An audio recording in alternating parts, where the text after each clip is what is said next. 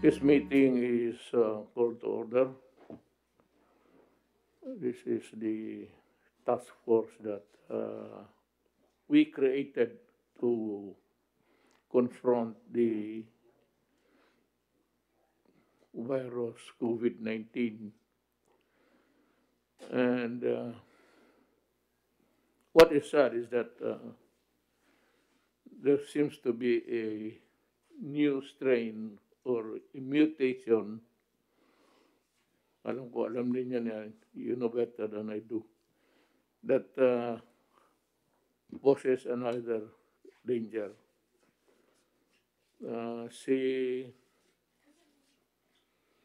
sa Kortan nga sa Hulo is asking for a Navy blockade because there seems to be a new strain or a copy of that strain which has reached Singapore. Then nagdududa siya na may bagong strain, they were told.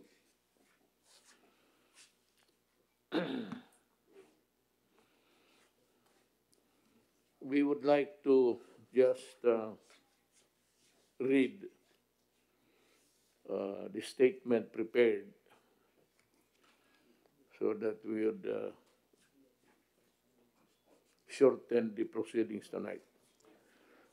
The provincial government of Sulu has called the Interagency Task Force for the Management of Emerging Infectious Diseases, IATF EID, for assistance following reports that the new strain of the coronavirus 2019 or COVID-19 has been detected in Sabah, Malaysia. Sulu Governor Abdul Shakur Tan on Friday told the Manila Times that he had instructed his staff to consult the task force on how best to handle the emerging situation. Sabah is less than 29 hours by boat from the Sulu archipelago. We have a porous coastlines and a vast Sulu Sea between us and Sabah. And the city national government is equipped with the capacity and logistics to put in place and in operation safeguards and preemptive measures called for, Tan said. The Sulu Task Force COVID-19 is calling on the public not to panic and to heed advisories from official sources. With our frontline partners, we intensify our monitoring and utilize all materials and human resources at our disposal to assure our constituents, and we reiterate our call to them to avoid speculations and spread fake and harmful mongering, the governor said. Akin dito, there is a sentence here which we all, I'm not the only one, I'm sure everybody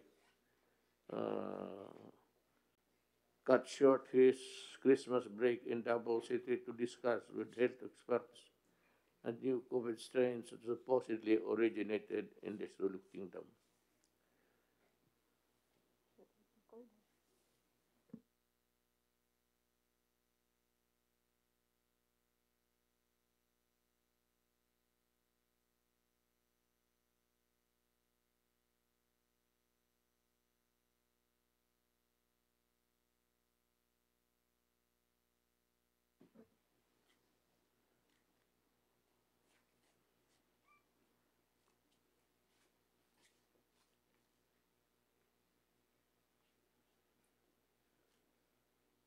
Yun na lang, hindi na yung iba.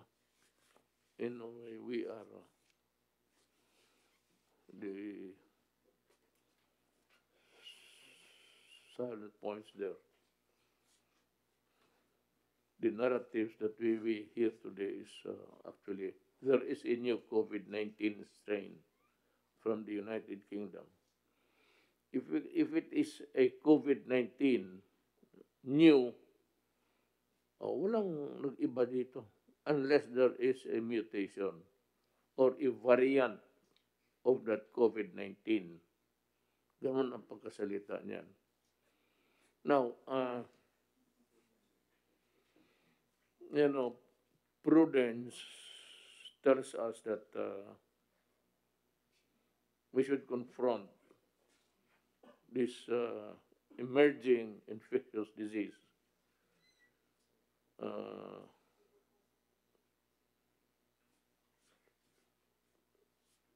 Ano talaga?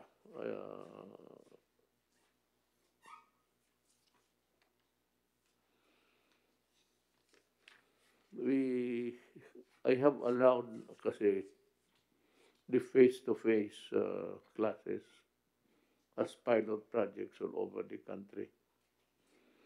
With the new strain, true or not, maybe it's true because it's being validated in Germany and South Africa, UK.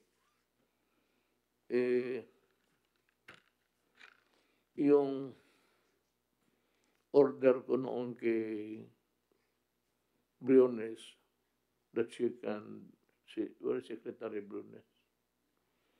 If she's here, I'm calling back the order, and I will not allow face-to-face classes of children until we are through with this. We have to, I said, we have to know the nature of the germ that we are confronting.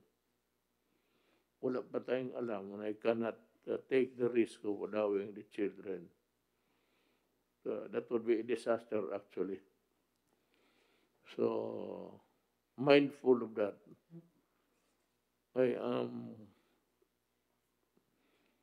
canceling the order I gave a few days ago, few weeks ago, to Secretary Briones of the Education Department to suspend everything, all activities of children, especially yung face-to-face classes.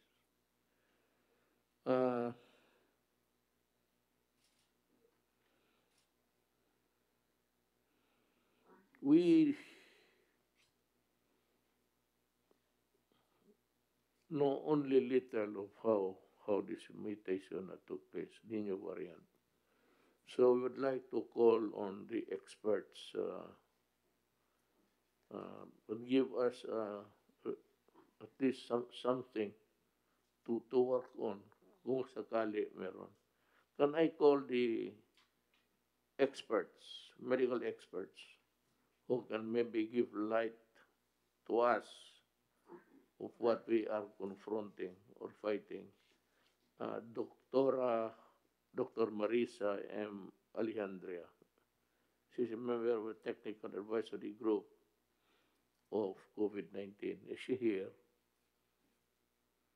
Mr. President, Yes. Mr. President, with your permission, we have prepared a consolidated report coming from our experts. But before that, I will make the presentation, Mr. President. And perhaps the questions can be answered by our experts whom we have invited. But with your permission, Mr. President, Yes. can I just have the honor of acknowledging the following experts. Dr. Marisa Alejandria, Member Technical Advisory Group for COVID-19. Dr. Mark Edsel Ayes, the Laboratory Manager of the UP Philippine Genome Center. He's over there. Dr. Celia Carlos, Director of the RITM. Dr. Alithea de Guzman from the DOH Epidemiology Bureau. Dr. Enrique Domingo, the Director General of the FDA. Dr. Nina Gloriani, Head Vaccine Development Expert Panel and Professor, UP College of Public Health. Dr. Teodoro Ted Herbosa, Special Advisor, NTF against COVID-19. Dr. Jaime Montoya, Executive Director, DOST Philippine Council for Health Research and Development. Dr. Annalisa T. Ong Lim, Member, TAG Group for COVID-19. Dr. Cynthia Saloma, Executive Director, UP Philippine Genome Center. Dr. Mario M. Panaligan, Immediate Past President, Philippine Society for Microbiome and Infectious Diseases, and Vice President, Philippine College of Physicians. Dr. Camilo Roa Jr., Pulmonary Medicine, Manila Doctors Hospital. Dr. Edsel Salvania, Member Technical Advisory Group for COVID-19. Dr. Ron Jean Solante, Chairman Adult Infectious Disease Tropical Medicine, San Lazaro Hospital. Dr. Socorro D. Escalante, Coordinator, Acting World Health Organization Country Representative, and Dr. Troy Hepte, Public Health Epidemiologist and Consultant, Senate Committee on Health. Again, Mr. President, we are appreciative of the presence of our various medical experts at a very short notice. And again, can I begin with my presentation, Mr. President? Yes, just if you, Yes. if I may suggest, Yes. since we are talking of an invasion, actually, of new microbes, kindly tell us how we could prevent it from entering the country, if at all we can. Mahirap yan, but somebody should tell us whether we should close the borders or close the entire country. That's one. And the second is, what medical interventions can we make to fight this deadly virus? So, it's yours now. Yes, sir. Thank you, sir. I'll have a short presentation, Mr. President. Again, thank you, Mr. President, sa lahat po ng ating mga eksperto na pinaunlakan ng ating pong imbitasyon. I would like to share a brief situationer sa sinasabing new variant of SARS-CoV-2 na naitala mula sa UK. Ang paunang aksyon dito ng inyo pong IATF at mga karagdagang rekomendasyon mula sa DOH alinsunod sa payo ng ating pong mga eksperto. Ito po, ang new variant ng SARS-CoV-2 ay na naitala sa United Kingdom ay sinasabing mas madaling makahawa at mabilis raw po nitong napapalitan ang predominant na strain na COVID sa Southeast region ng UK at iba pa pong mga parte nito. Sa UK sa ngayon ay 5 hanggang 10% ng lahat ng COVID-19 specimens ay sumasailalim po sa genetic sequencing upang matukoy ang saktong strain or variant. Sa Kent, South England, ang average na sequencing coverage ay nasa 4%. Ang unang kaso na natukoy mula sa bagong variant ay noong September 20 pa. Base sa December 13 report, nasa 1,108 na individual sa England ang may COVID hango sa variant na ito. Ayon sa mga pag-aaral sa loob ng laboratories, ang bagong mutation ay nakadagdag sa kakayanan ng virus na maka-infect ng human and animal cells. Current evidence suggests 70% higher transmissibility o mas mabilis na pangahawa nito. Ngunit wala pa pong indikasyon na ang virus na ito ay nagdudulot ng mas malubhang karamdaman at na maapektuhan nito ang pagtalab ng bagong bakuna kontra COVID. Sa ngayon, higit sa 40 bansa na ang nag-impose ng temporary travel restrictions until December 31 para sa mga pasahero na nagmula sa UK. Next slide, please. Dahil sa inaasahang pagtaas ng mga kaso ngayon Kapaskuhan, minabuti na ng IATF na magdoble ingat at magrekomenda ng temporary travel restrictions. Alinsunod po sa IATF Resolution number 90 na inyo pong inaprubahan noong Disyembre 23 na siyang lahat ng paglipad o biyahe galing sa UK ay pangsamantala munang sususpendihin mula ika-24 hanggat ika-31 ng Disyembre. Kabilang sa mga hindi makakapasok sa bansa ang lahat ng mga biyahero na nanggaling o nagdaan sa UK sa nakalipas na 14 na araw. Para naman sa mga nasa biyahe na at dumating sa Pilipinas bago alas 12:01 ng December 24, sila ay dinala po sa Clark upang tapusin ang 14-day quarantine period, ano pa man ang resulta ng kanilang RT-PCR. Ang detalye sa susunod na slide po.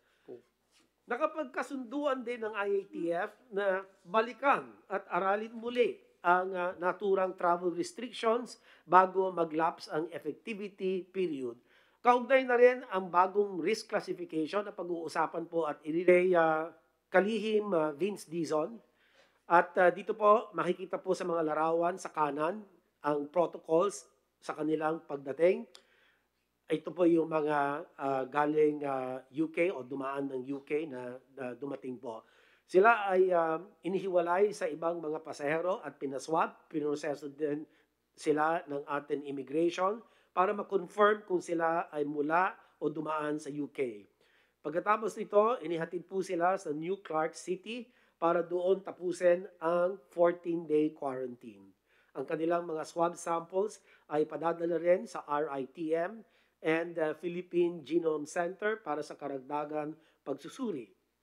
Ayon sa NTF report, mula December 22 to 25, umabot na po sa 79 na pasahero mula UK ang dumating sa bansa, 72 ang dumating sa NAIA habang 7 ang dumating naman po via Clark.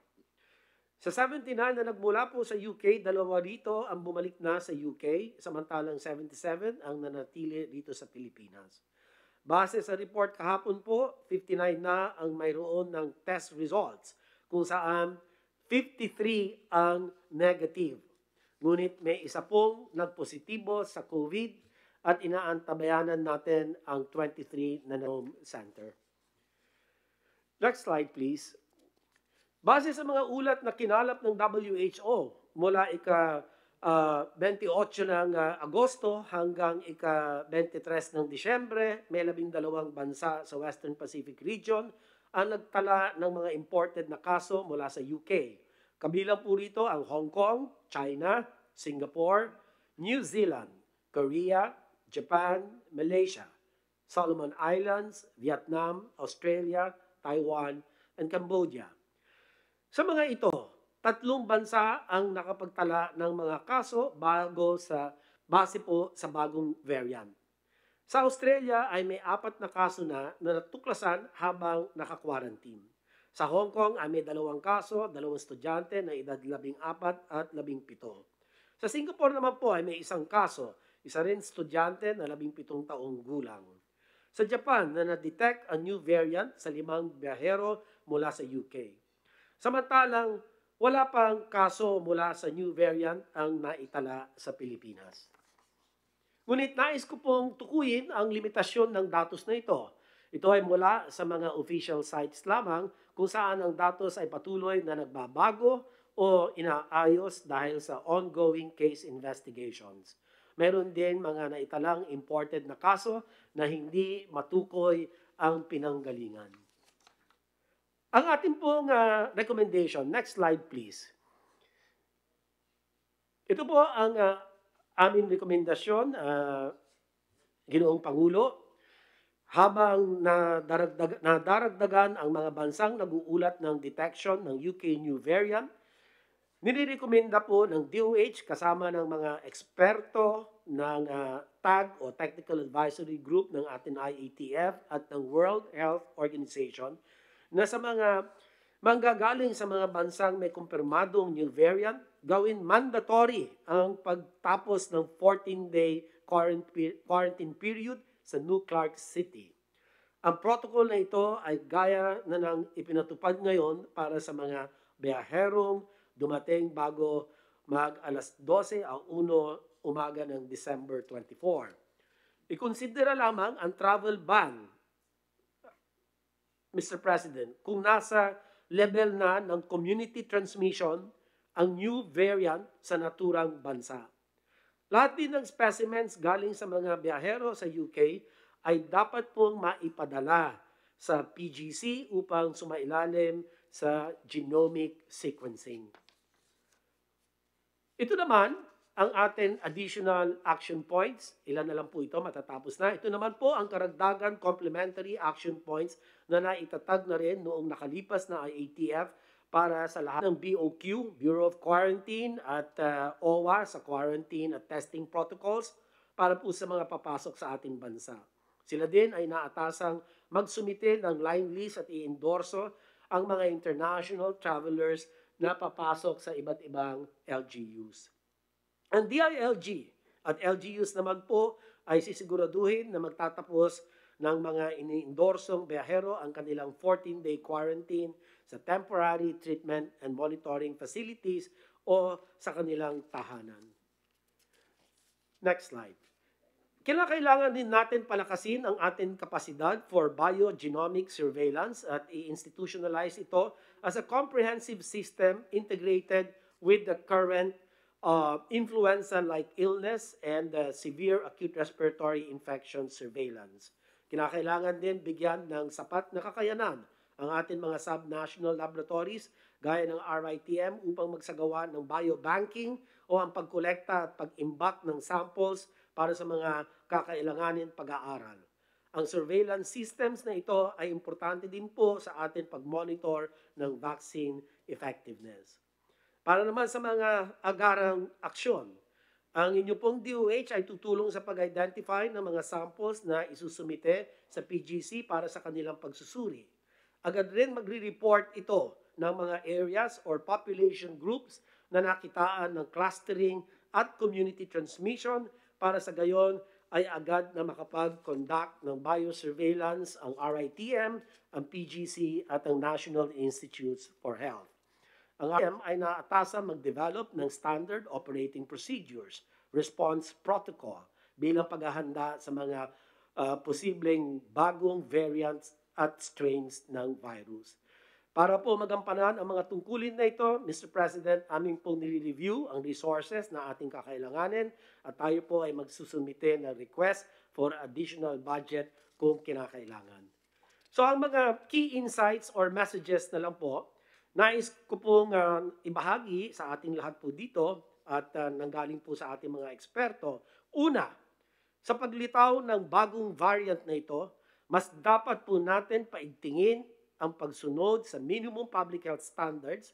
Napaka-importante po nitong MPHS, ang paghuhugas ng kamay, cough etiquette, pagsuot ng mask at face shield, pagdistansya ng 1 metro o higit pa, at panigurado na maayos ang ventilasyon or air circulation sa pagprotekta laban sa COVID-19. Hindi lamang po tayo mapuprotektahan ng minimum public health standards sa kasalukuyang variant.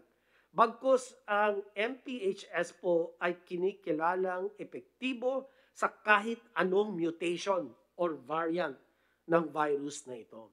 At para maiwasan ang pag-mutate ng virus, kinakailangan natin mapanatiling mababa ang mga kaso sa bansa.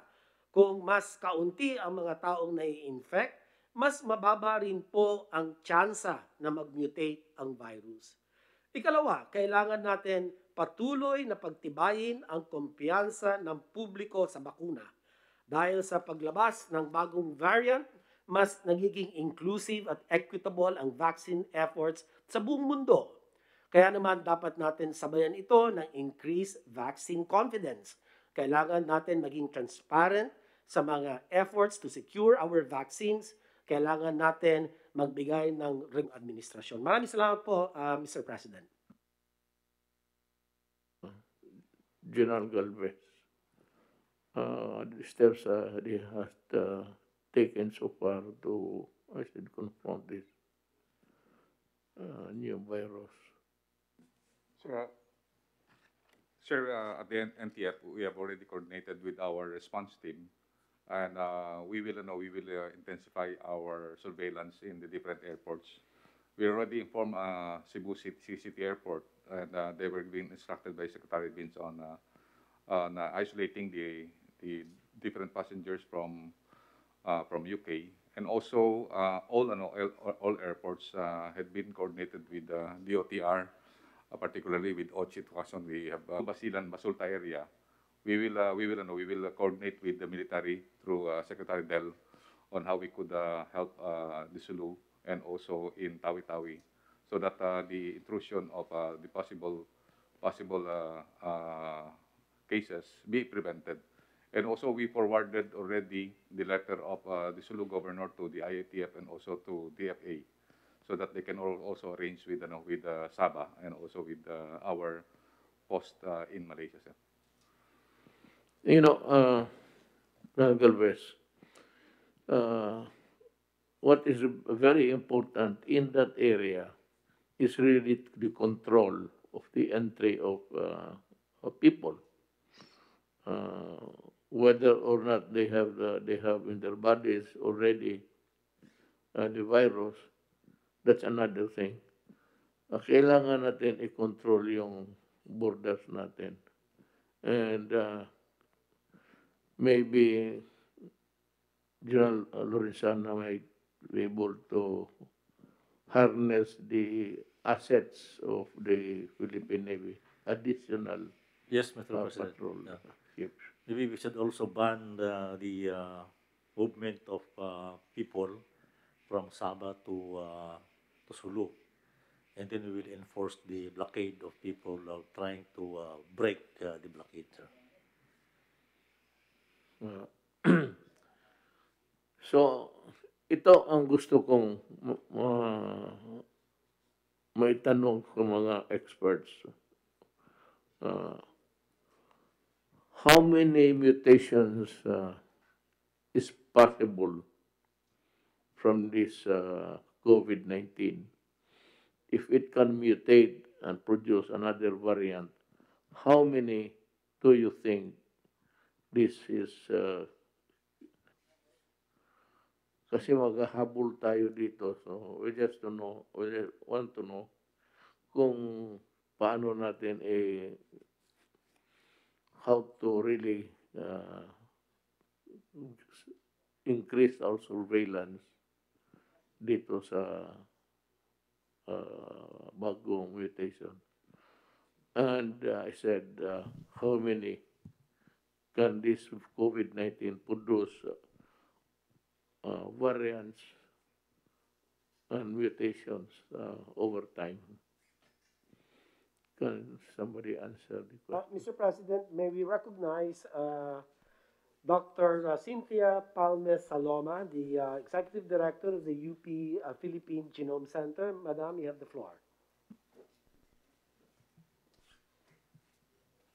Hello po, Mr. President. So far, worldwide, mga 12,000 na po na mga sequence changes ang nangyari po sa 30,000 bases na genome ng virus. Hindi naman po lahat ng mga mutations nagkukos ng bad effects. Meron naman pong okay o hindi. Ito lang po yung bagong variant kasi po nag-occur siya sa spike protein na nagko-contact sa receptor ng human, kaya medyo concerned po siya. So, Mr. President, if we want to track the mutations in the Philippines, kailangan po, beyond RT-PCR testing, kailangan po natin ng whole genome sequencing. Na yan po yung gagawin namin together with RITM and the Department of Health. Thank you. Well, I'm glad to know that there's an agency or body that takes care of this, just in case. Ang pangalawa, is there a need for us to prepare against, make preparations against this new strain? Ano ang, or if they are, for example, passengers coming in from UK, from other places, not necessarily taking the airlines from UK, but others. Paano ito? Same control ang gagawin natin.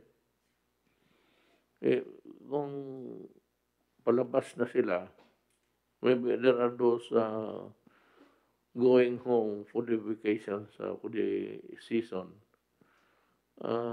dumaan muna ng ibang lugar, but galing UK. And how do we know what steps are you taking to determine these guys who are potential carriers of the new strain of COVID-19? Yung hindi galing sa people taking flights directly from UK to the Philippines, wala yan. So we have banned it. But for others who are from UK or working and passing to other places and taking flights, not necessarily airlines, from the British territory, but from yung pauwi na, dumaan lang, nagbakasyon. Yeah. We can ask our epidemiology bureau, Dr. Alithea de Guzman, for her answer.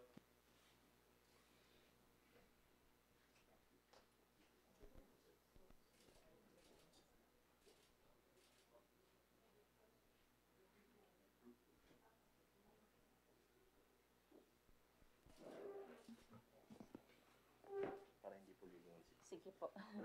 Mr. President, good evening po. So, tama po kayo, sir, no?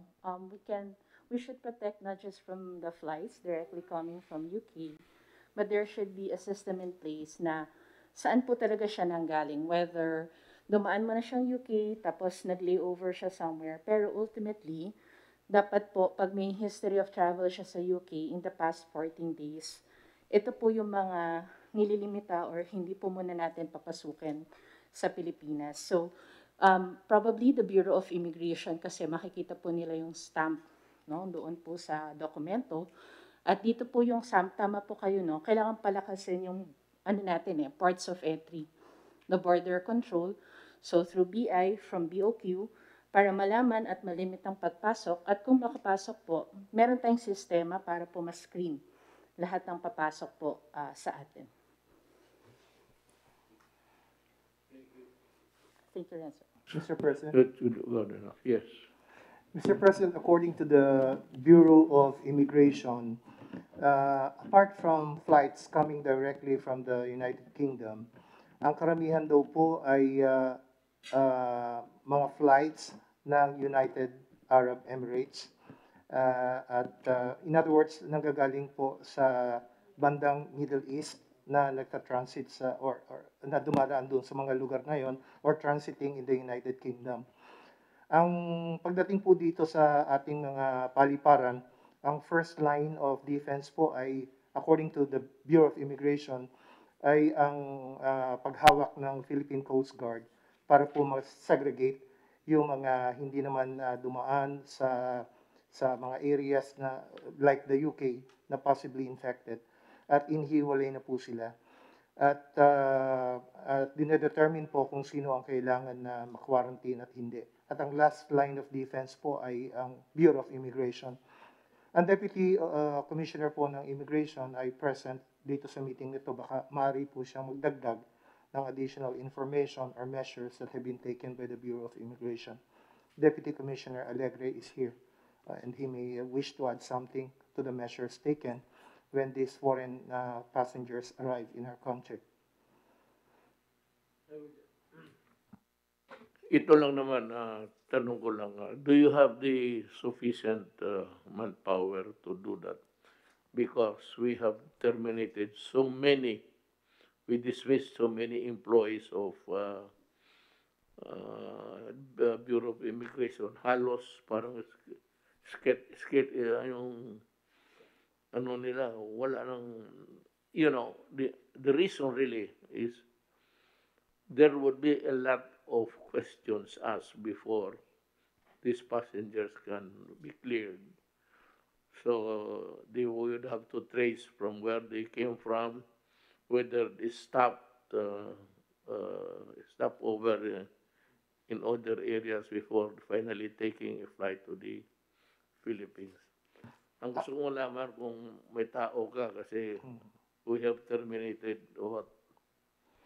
Mr. So President, many. yes, sir. Yes, sir. Ganun nga po ang ginagawa ng Bureau of Immigration dito sa mga foreign arrivals na to. They check the passports kung saan po mga lugar nanggaling or nag-transit at by interview also, by intensive interview. Going back to your question, Mr. President, do we have the sufficient manpower at the Bureau of Immigration? Yes, it's true na marami na po tayong sinuspend at may mga naalis na po. Pero yun po ay immediately pinalitan ng Bureau of Immigration from the main office at from other regional offices ng Bureau of Immigration who have sufficient training also in dealing with foreign passenger arrivals. Kaya hindi naman po masyadong problema ang manpower sa Bureau of Immigration. Dahil napalitan naman po yung mga naalis at sa kasalukuyan po ay hindi naman masyadong heavy ang passenger traffic sa ating mga paliparan. Kaya po na-address naman po ng Bureau of Immigration ang kanilang manpower situation. Well, it's good riddance that it took place during the time of a crisis like this because there's less people traveling and less otherwise holidays are not really maybe attractive to other people. I forgot the numbers that the numbers of your immigration people manning the desk there at the airport. We terminated how many? That 42, I think. I think more than that, Mr. President, including those who were suspended, more than 80, if I remember correctly.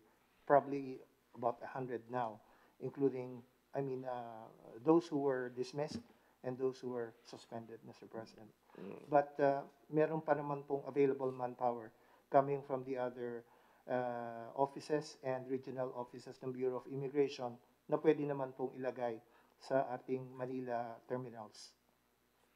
You can, if need be, you can always maybe take in newcomers from the other agencies, or you can increase the number by just asking people, especially those na ilalo na yung gusto ko yung ipalit yung mga first grade eligibles sa yung natanggal sa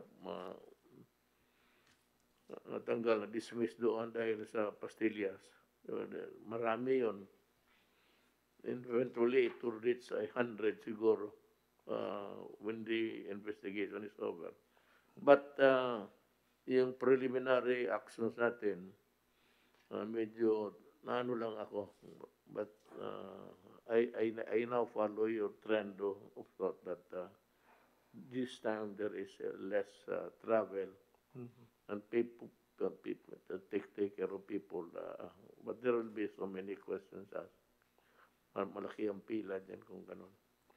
Well, anyway, it's a blessing in disguise that there are less people to attend to dito sa immigration table.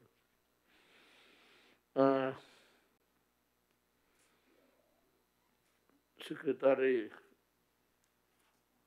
Duque, do you have an office, an office or agency under you working also on this, other from UP, working to find a vaccine? Is there people there? Mr. President, if I may, vaccine-wise, there's a process, the DOST, ang nangunguna po, lead agency sa vaccine development, together with the vaccine expert panel, the Single Joint Ethics Review Board and the FDA. So meron po tayo pagdating po sa pagtukoy ng mga bakuna that will be the most effective, safest, and of ensured quality, Mr. President. So meron po tayong mga opisina. The Philippines can produce a vaccine on our own, made or manufactured out of the brainwork of people who are Filipinos. I think UP is one, and the UST is working on it. And the RITM, Mr. President, is also in one of the best positions to collaborate with the other government agencies for a vaccine self-sufficiency goal in the near to medium term, Mr. President. Pardon me if I remove my mask. I cannot pronounce the words properly. This thing is bothering me. Pagpasensya na kayo. Hindi naman siguro, walang hulihan naman dito. Well, there is, no one is above the law. And it says that you are violating a certain regulation. Ang problema, hindi ako makapagsalita ng I seem to stammered ang bunganga ko. Well, the most important thing really is yung surveillance, that we are able to identify persons coming in, not only from UK, but from other places. Like Australia, meron na din doon. Singapore has another cases.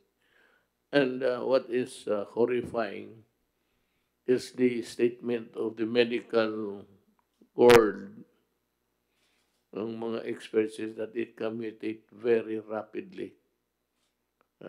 Nakakatakot eh. So if we have to believe them because that is their they are the one equipped with the expertise. So sabuti yung maniwala tayo. And if it's contaminating people at a very fast rate, magkakaroon talaga tayo ng problema. So we have to increase the surveillance. And of course, itong quarantine, kung Pilipino ang umuwi. And I hope that it would not reach the shores of the Philippines, yung variant na yan. Otherwise, we are in trouble. Because we'll just have to wait for the Western world to study and come up with solutions. Tayo dito, we just wait and see attitude. Wala naman tayong magawa.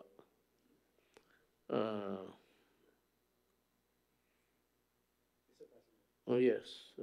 I would just like to underscore the fact that we are not defenseless. Hindi naman po parang wala tayong laban kahit na makapasok po yan. Hopefully, hindi makakapasok. Pero kung makakapasok naman po siya, Mr. President, please be reassured that the mechanisms, the systems, the policies are already all in place. And what do I mean by this? We have the 5 strategic pillars that we have been implementing since 9-10 months ago. And these are the prevention using our BIDA solution of the DOH, BIDA may disiplina ng DILG, 7 commandments of the DOTR, the Angat-Ingat of the PCOO, and we've been drilling down relentlessly to all the communities about the importance of preventive measures. Number 2, sir, is the early detection. The key is early detection so that we will forestall admissions of severe and critical cases. Ano po? And we have already observed that the clinical management of severe to critical cases has tremendously improved over time. And that's kudos to our doctors, our clinicians.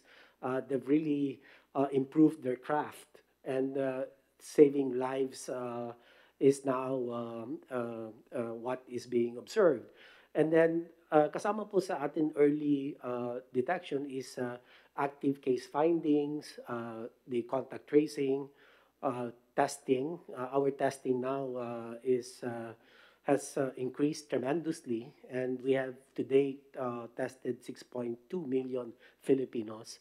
That's about close to 6% testing coverage. And then the aggressive isolation and quarantine. This is already in place, Mr. President, and the treatment, our hospitals have improved tremendously, as I have indicated earlier, and the preparations for the new normal that has to be embraced by the local government units and in their respective communities. But by and large, we have made some great strides in our pandemic response, but it's far from being perfect. But the results, as we can see today, we have greater than almost 93% recovery rate. We have maintained our relatively low active cases, and the many gains that we have accomplished over the past several months, and we intend to build further on these gains. And so, even with the threat of new variants being confronted, or rather confronting nations, and we are no exception. Sabi nga po nila, it's not a question kung darating dito, it is going to perhaps really reach the shores, but it's a question of when. But again, all of the systems are in place, Mr. President, so we hope that we can manage this, Mr. President. You know, if true that there is a variant new and it is now wreaking havoc on the lives of people. One of the countries I think that has imposed a lockdown again is France. Kaya gusto kong malaman sa inyo, kung magdating dito, are we going to impose another lockdown until we find out what we can do? From the medical, we invited guests. Can somebody, so that we can prepare actually? I'm making some projections. I hope that it would not reach the Philippines. I pray and I hope. But I said, make some projections. Sabi mo, it's not a matter of whether or not it would reach the Philippines. It will, until we decide to close the country. But that is not possible. And so now, kung magdating itong kung bagong variant dito, should we go back to the lockdowns again? Yeah, General Garbes, what do you say? Sir, I believe we must apply some proactive measures, particularly on DFA, that they will have an advisory, particularly UK, that most of our kababayan there should not go home because they will be having yung 14 days quarantine. Maybe also we also discourage muna from the Europe area through maybe also with the DOTR, that air uh, all passenger airlines should have a more stringent, border control in terms of the identities of the passengers coming into the Philippines. Particularly, dapat sir mabigyan natin ng instructions sir yung mga recommend ko po kay Secretary Tucade to give instructions to the different airlines coming from Europe na talagang busisiin po yung kanilang mga passport na baka mamaya doon sila nanggaling sa UK. And maybe yung DFA po sir, they have some sort of advisory na those people na mga kababayan natin sa UK for the meantime, considering of the incidence of the mutation of new variant, na dapat i-discourage po natin na wag muna sir bumalik dito sa Pilipinas. And then also tama po kayo sir na dapat magkaroon tayo ng active surveillance through the LGU, dahil hindi po natin alam na ang nagkaroon lang tayo ng tinatawag nating order was only last December 23. Baka hindi po natin alam na may nakapasok na po nung mga naunang mga buwan.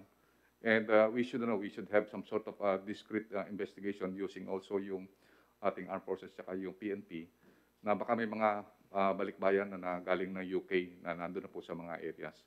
So we need really to have yung active surveillance, lalo na po yung mga nakadating po dito. Based po sa text po ni Sec Liling na nandun po sa Singapore yung kanyang anak, meron na pong isang identified na strain sa Singapore.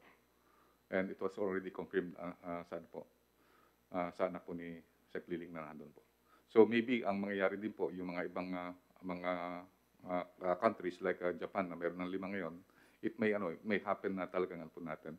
Ang isang po natin na pwede po natin gawin po sir is talagang mag-designate tayo ng quarantine, special quarantine area for those who will be later identified na para po talaga ma-isolate natin mabuti. Kasi yun po, time will come talaga na Mr. President, na baka magkaroon po talaga ng strain dito. We should be prepared kung saan po natin ilalagay yung mga tao po na para ma-isolate po natin sila na. So yun lang po, mahal Pangulo. Mr. President, can I make a comment, sir? On your question, sir, if we had to tighten the lockdown, I think the IETF should put a threshold kung ilan yung araw-araw na lumalabas na, then we may be able to, we might enforce again a tighter lockdown. Kailangan may threshold tayo. Kung bababa lang siya ng 2,000 below, or even 3,000 siguro. But it will be the IETF siguro, Secretary Doke, mag-usap tayo para at threshold para automatic lockdown tayo. Thank you, sir. Actually, yung lockdown is a possibility. I said we are making some projections. But if the severity in numbers would demand that we take corrective measures immediately, then we'll just have to go back to the lockdown. Pagka rumami sila with the new strain, then in the meantime that we are not able to confront them effectively, the virus, we'll just have to, tama yan, it depends on the severity in number. Kasi pagka marami na, and we do not have the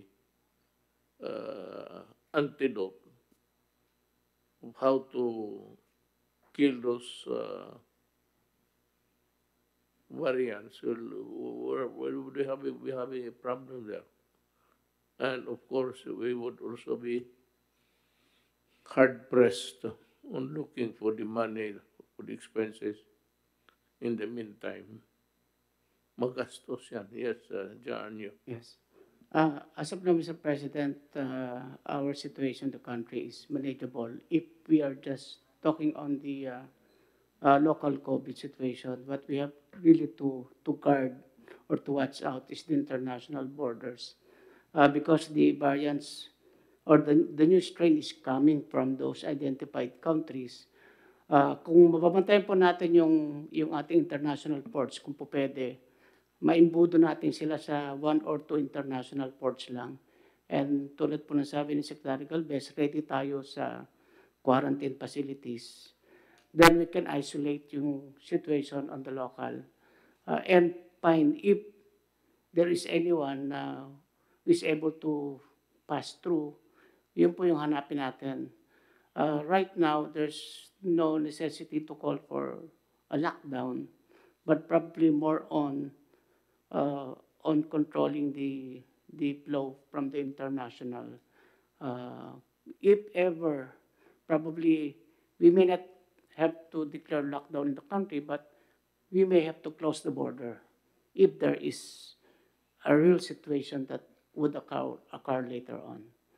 So, for the quarantine naman, sir, we'll make sure that the LGUs will see to it that anyone who gets contact with a person coming from UK or from the 4 countries enumerated, i-quarantine po sila kahit home quarantine just to ensure na hindi sila makagalaw. That way, I think we can control the situation. Mr. President. Yes, Secretary Dugade. Thank you very much, Mayor President. Noong hong naglabas ng protocol at guideline ng IATF, saka ang DOH, nag-zero in ho tayo sa UK. From December 22 hanggang ngayon, zero in tayo sa UK. Nung naglabas ho ang IATF ng protocol, rinivisit and strengthen namin sa DOTR yung tinatawag ho namin na one-stop shop sa pamunuhan ng OTS, Office of Transport Security, si General Raul de Rosario. Kaya nga ba't nung December 22, nalaman namin na ang pumasok from UK 2 pasahero. December 23, 54 passengers. December 24, 6 passengers. December 25, 17 passengers. Sa kabuuan, meron hong suma total, gaya ng report ni Secretary Duque, 79 passengers. Out of the 79 passengers, nanggaling ho yan, 72 nanggaling sa NAIA. 7 lang ho yung sa Clark. Doon ho sa 79, 2 ho yung umuwi, mag-asawa. Ibig sabihin, pumasok ng Maynila, hindi na nagtagal, using the same flight sa Emirates, bumalik sa London kasi yung asawa na Brit ayaw pumunta sa Clark. Isa lang ho ang positive so far at inaantay yung resulta natin sa mga 23 passengers. Ang ibig kong sabihin lang ho is, nagsisiro in tayo sa UK. Yung report kanina ho ni Secretary Duque, parang nasasabi niya na kailangan lawakan natin ng konti yung pagsipat natin ng mga pasaherong hindi lang nanggagaling sa UK, tignan din natin yung ibang bansa na kung saan meron na yung bagong strain ng COVID. Kasi yung bagong strain ng COVID ay mabilis yung kontaminasyon at mas malawak. Having said this, Mr. President, siguro importante at bigyan tugon at pansin natin short of or in preparation of lockdown, yung rekomendasyon ni Secretary Duque kanina, nasilipin natin yung ibang lugar na kung saan meron itong bagong strain ng COVID. Nandiyan yung Australia, nandiyan yung Singapore, hindi ko maalala yung ibang lugar. Siguro dapat tignan na yan. Kailangan ho, mapalawak natin yung Bureau of Quarantine, yung Department of Health sa airport with the one-stop shop. Ginawa ho natin sa UK yan, gagawin natin sa pagdinagdag pa yung ibang lugar. Meron lang ho akong katanungan na gusto kong tanungin sa ating mga medical experts. Klaro ho, Mr. President, na pag ang pasahero galing sa loob ng bansa na merong strain, klaro ho na meron kang stringent quarantine protocols. Imagine natin at isipin natin na lahat yung nagbabiyahe, minsan hindi ho direct flight, meron yung tinatawag na transit. Ibig sabihin ho, dumaan lang doon. Dalawang klase ho yung transit. Yung transit ho, pumunta sa airport, inantay yung connecting flight, pero galing sa lugar na merong new COVID-19 strain. Tanong, gaano katagal sila dapat sa airport bago mo impose yung strict quarantine? Ito ho yung nasa airport lang. Pangalawa na gusto kong tanungin sa medical experts is, will the rules be the same if ang stopover mo or transit mo may kasamang layover? Ibig sabihin natulog sa lugar, dun sa lugar, at kinuha yung connecting flight. Ano yung protocol at requirements na gagawin natin dyan? Magkaiba ho yan kasi yung strain na sinasabi ho nila, Mr. Mayor, President, Sir, is malawak ang contamination at mabilis. So, klaro, pag galing ka sa isang lugar at doon ka nagmula, how will you treat the transient passengers now? Considering that there are two kinds of transiting passengers. One that waits for their flight in the airport, and how long will this be allowed or tolerated? And the other is transiting, merong layover. Ibig sabihin, natulog sa hotel yan bago kinuha yung connection. I'd like to get the views of the medical experts because their Yan ang opinion sinabi here. ko kanina, Art. Sir? Yan ang sinabi ko kanina. Opo.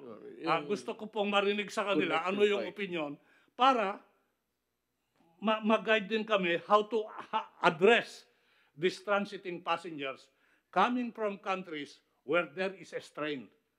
Considering that the strain is, again, in the words of the medical expert, deeply and widely contaminatable. You know, ano ho dapat yung patakaran natin dyan? Well, we should ask the medical guys. Mr. President, with your permission, we would like to recognize Dr. Isa Alejandria of the Technical Advisory Group of IATF. Ma'am.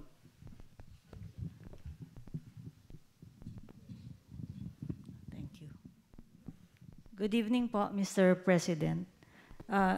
Regarding the question of Secretary Tugade, napag-agreehan po namin mga experts, medical experts, that with regards to the travelers coming from any country with the reported UK variant, whether transit or coming directly, the quarantine will remain as 14 days. It's strict implementation of 14 days.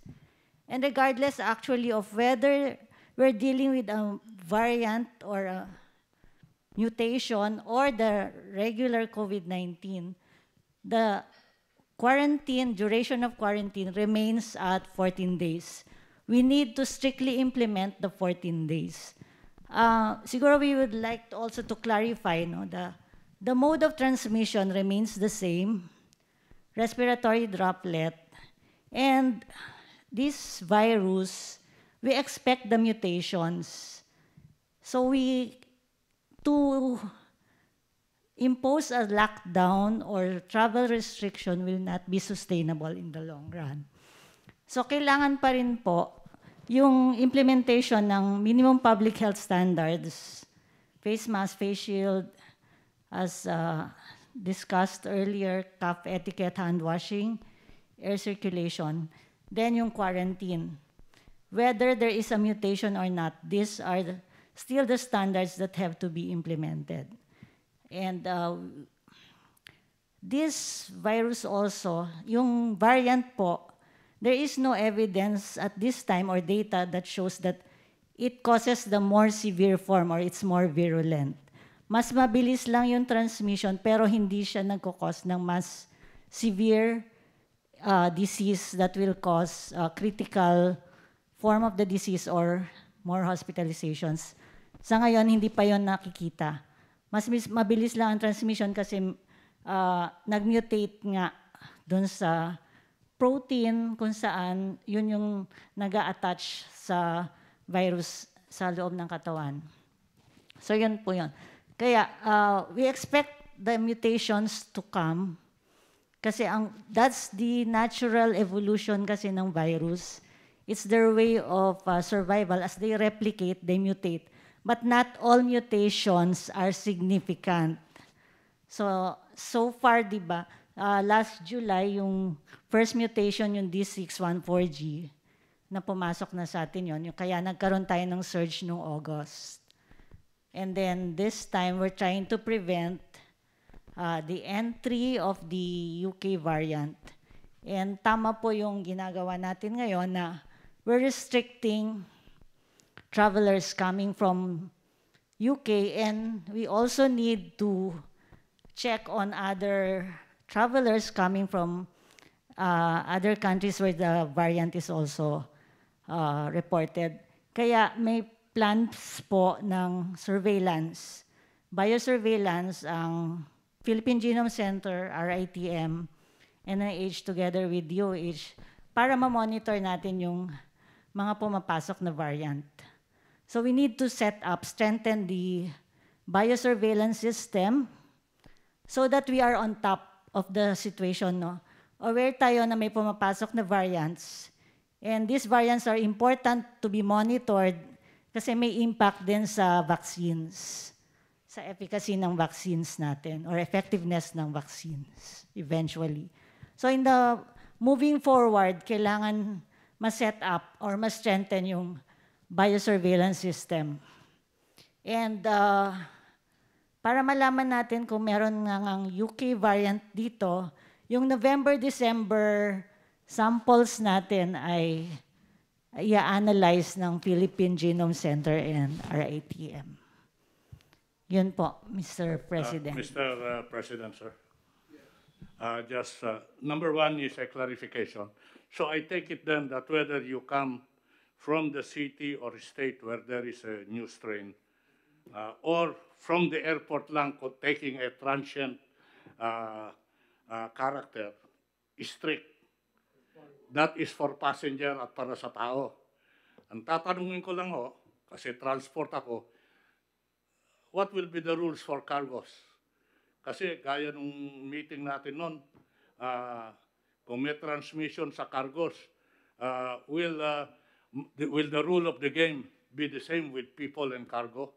I'd like to listen with the permission of the Mayor President with the medical experts. Let me go back to itong transit. Some are taking flights and then connecting. Kung wala ng iba, there are countries whose airline make flights to the Philippines. Ang iba naman talagang layover. He has to spend the night there. Alam mo, ang tingin ko dyan, whether or not it is a transit situation or a layover, para sa akin, it's the same. The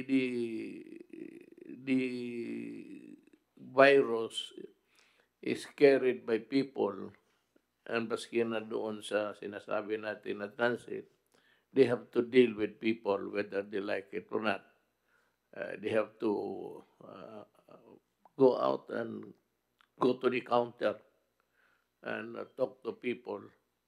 So ang virus, whether in transit or just a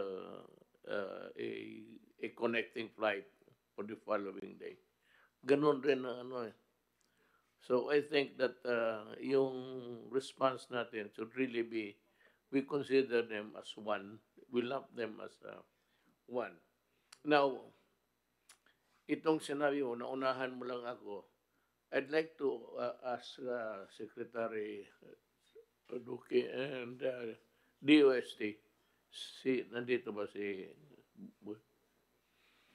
I would like them to, or government itself, the offices, should create another task force.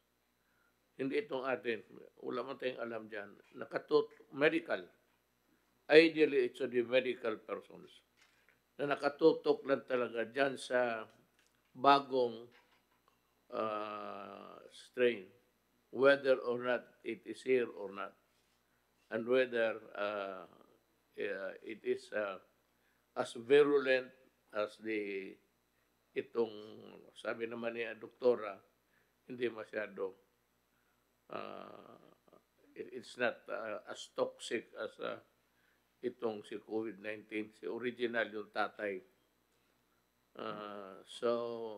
But I think that we should not really be complacent about it. We should treat them as a deadly disease that could be entering the Philippines. Mahirap kasi ang tayo whether or not itong ano na ito is as virulent or as toxic as COVID-19. So yung tanong mo, para sa akin pareho. The contact is there. The possibility of contact is there. Because you have to talk to people. And in the transit, there are a lot of locals also. They're working. The policemen, the security guards are there. And while waiting, I said they are in a room that maybe somebody somehow would pass it on to a Filipino coming home. Let's go back to your maya na lang tapusin mo natin ito. How about the cargo that are contaminated? Klaro po, Mr. Mayor President, sa tao, how to deal with them, either coming directly from the state or from the airport, trato. Gusto kong malaman sa medical expert, paano natin ititreat yung cargo?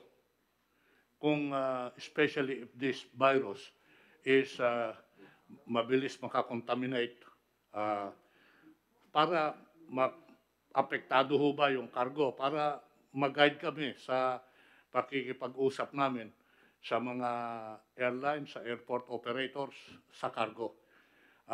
Noon po, yung COVID-19, sabi natin, transmission, animal sa tao, tao sa tao, question yung cargo. Hanggang after a while, naklaro na cargo becomes a contaminating platform. Dito ho sa bagong strain na to, kung it becomes a contaminating platform at mabilis maka-spread, kailangan ho bang maging mas strict ako sa cargo ngayon sa mga pumapasok sa airport or sa aduana, considering that this new strain is very contaminating. Mr. President, Yes. if I may, the existing disinfection protocols must be followed, and pagpatuloy nyo lang yon. And I think it's going to be safe enough. If you want to double the disinfection process, it will not harm, it will only do good. So whatever you have done, you can just, perhaps ramp it up a little bit more. Third po na ginagawa ngayon, yung spraying, yung kwanis, sufficient na ngayon yun. Tama po kayo. Yung ginagamit lang po dyan ay chlorine-based disinfecting chemical. Why, Art, is there no fumigation being done? Fumigate. Sir, nung nag-umpisa yung COVID sa mga airport, sa mga pier, meron ho yung spray contamination sa mga cargo eh. Ngayon ho, tinatanong ko, because of the nature of the new strain, will there be a need to put stronger contaminating spray, or, I want to hear from them so that we will know how we can react and deal with the airlines and the port operators. Well, if they are potential carriers of the strain, even baggages, that is your problem. Try to find a solution for that. Fumigation or whatever. spraying, that would fall under your worry. Kasi po, yung isang pwede natin gawin, Secretary Duque and Mr. President, sir, remember, mandatory quarantine itong mga pasero. Huwag natin pabit-bit yung bagahe nila papunta sa Kwan. Kunin yung bagahe, or we can do a process there. Pagtapos na yung quarantine nila. Para nang sa ganon, nakahold din yung cargo. Hindi naman kailangan isama nila dun sa kunyan. Unless yung mga hand carry na may essentials. I don't know. That is a good law. Again, it depends on the depth and extent of the contamination of the new strain. That is a good suggestion. Not even a suggestion. That is a good plan, actually. Prohibit them from carrying the cargo. But that is an added burden to sa inyo. But they have to be... Actually, sir, I think Secretary Bello will confirm this. Tumatagal yung proseso sa airport kasi kinukuha nila yung bagahe, dinadala kung saan sila makakwarantinang hotel. Baka mas maganda niyan, yung hand carry lang nila, ang dadali nila, carrying some essentials, maiwan yung ibang kargamento that will also facilitate the movement inside the airport. While you put additional quarantine precaution to the cargo as they are doing their mandatory quarantine. This is an off-the-cuff, a knee-jerk reaction to the discussion. Mr. President, we have the expert back to Dr. Alejandria for her comment to the issue. Thank you, Mr. President. With all due respect po, we don't need to quarantine din po yung baggage and cargo. The usual standard disinfection procedures would suffice, whether there's a mutation or not. Kasi ang transmission pa rin po, the main driver of transmission is respiratory droplet. Pag umubo, talking loudly, singing loudly, close distance, yun. That's when the droplets are spread and enter the body. So it's not necessary to quarantine the cargo. So the usual disinfection measures using chlorine would suffice. There is, what you would really want to say is that there is no hard scientific finding that itong inanimate things can be carriers of the disease. Yeah. Yes po. Mr. President. Secretary Roque, ano? Sir, Mayor, bago lang po magtanong pa tayo sa mga technical experts, nag-text lang po si Secretary Leonardo Briones, and I will quote, "We will implement the President's instructions to recall limited face-to-face classes in the light of recent development," end quote. So, hindi raw po nila itutuloy na yung face-to-face pilot. No? At ang pangalawang punto ko lang po, napansin ko po, walang mga taga-economic team natin dito, but I think if some of them were here, they will say na yung tayo po yung nag-lockdown, it was really to prepare our healthcare system. So siguro po, if we are sure that this will become more virulent, although mababa po ngayon ang ating occupancy rate pagdating po sa ating mga isolation facilities, sa ating mga ward beds, sa ating mga ICU beds, maybe we should now take steps to even add more, no? Miski mababa pa po yung utilization natin, just in case talaga nga pong napaka-virulent itong bagong strain. Maraming salamat po.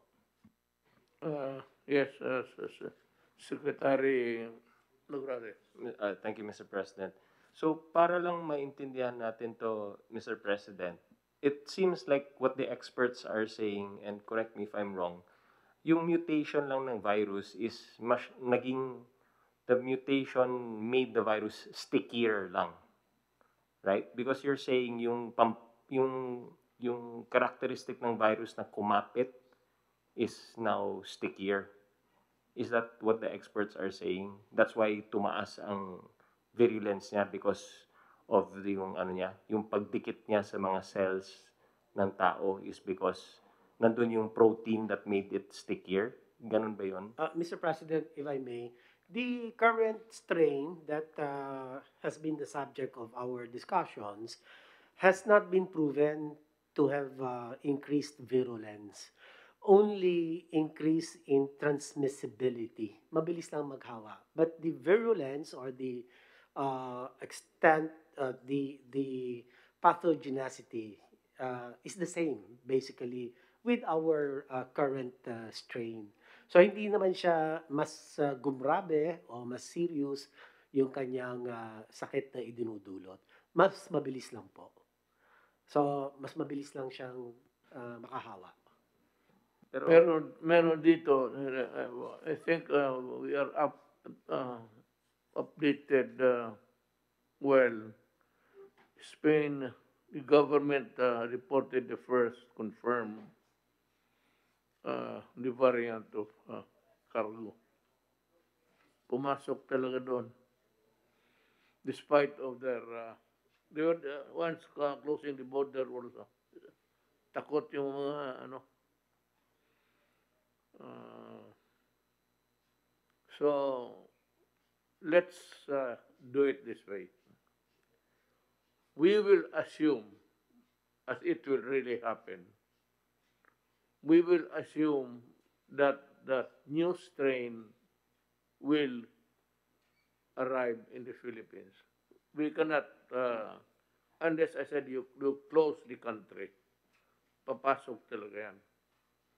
So let us proceed on that premise that this strain will, that's why I said task force, so that we would be advised immediately or in advance.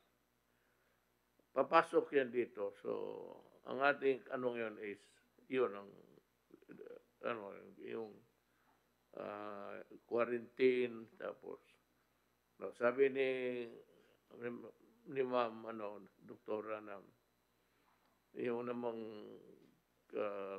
hindi naman dumedicate sa inanimate things. So, sa bagay, hindi magdikit. It will not thrive. It will die if it sticks to the cargo. And kung may fumigation dyan, Art, sa iyo, fumigate lang. If you burst of itong whatever chemical that's appropriate for the cleansing of the cargo, bilisan mo lang yung just for good measure. That's about it. For good measure, let us do it.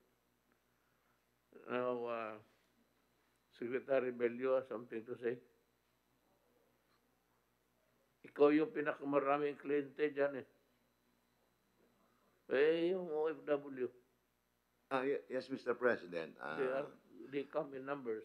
I was also toying with the idea na kasi ang ATF resolution is to prevent the entry of foreigners coming from UK at inaalaw yung mga OFWs.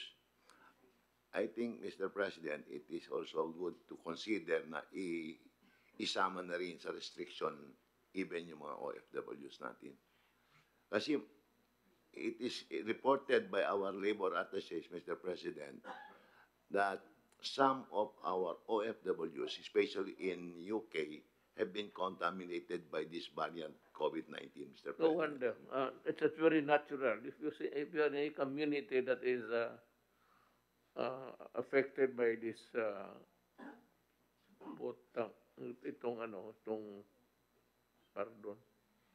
if a community is affected and you are there, naturally, if there are Filipino nurses, most of them, they are connected with the medical profession. Ganun rin ang mangyari. So, whether or not they would eventually, they would come home and bring we cannot escape that. I avoid the idea of, hindi mo pauwiin. as long as those place of departure, they are tested, perhaps when they come home, are tested again and quarantined. If that is really the purpose of the government. I would not agree with the idea of disallowing Filipinos to come home. Mahirap yan. Unless we can prove that he is contaminated. But if the test shows from the place of departure, pati dito, at the same protocol naman yan, is swabbing pati, and they are quarantined. At least, sigurado. Akin, my take is, Filipinos coming home will just have to gamble. We have to gamble that hopefully that they are not the carrier. But yung British foreigners, gusto ko sila, wag munang pumasok. Kung mahawa lang naman tayo, Pilipino, por mahawa tayo ng puti, that is a disaster. So, Mr. President, sarado talaga ang Pilipinas. ang problema kasi, Mr. President, yung mga manggagaling sa UK and in other parts of Europe, ito yung mga magbabakasyon lang, Mr. President. Hindi ito yung mga displaced because of COVID-19. Kasi karamihan ng mga OFWs natin who were displaced because of COVID-19 opted to stay because they're enjoying yung kanilang insurance benefits. Ang insurance benefits kasi ng mga workers in Europe is more than 1 year. Hindi kagaya sa atin dito na 2 months lang. Doon ang unemployment insurance ng mga workers is 14 months. Kaya they can afford to stay and wait for the possibility of going back to normalcy. Kaya karamihan ng mga uwi going from UK are for vacation, Mr. President. Kaya kung yun ang purpose ng naman nila, wag na natin na lang sila pauwiin. And by the way, Mr. President, kukunti lang naman yung manggagaling dyan sa UK and other parts of Europe. Karamihan ng mga nare-repatriate ni Secretary Togade, manumbering from 1,500 to 3,000 a day, galing ito sa Asia and the Middle East countries, Mr. President. Kaya yung mga Mr. sa President, Europe, hanggang ngayon ba the numbers are steady? You have the average Filipinos. Mr. Mayor President, we can submit those numbers. I don't have them now, but I can submit it first hour, even tomorrow, Sunday. I can give it. No need. I just want to know, sir, because the experts are here.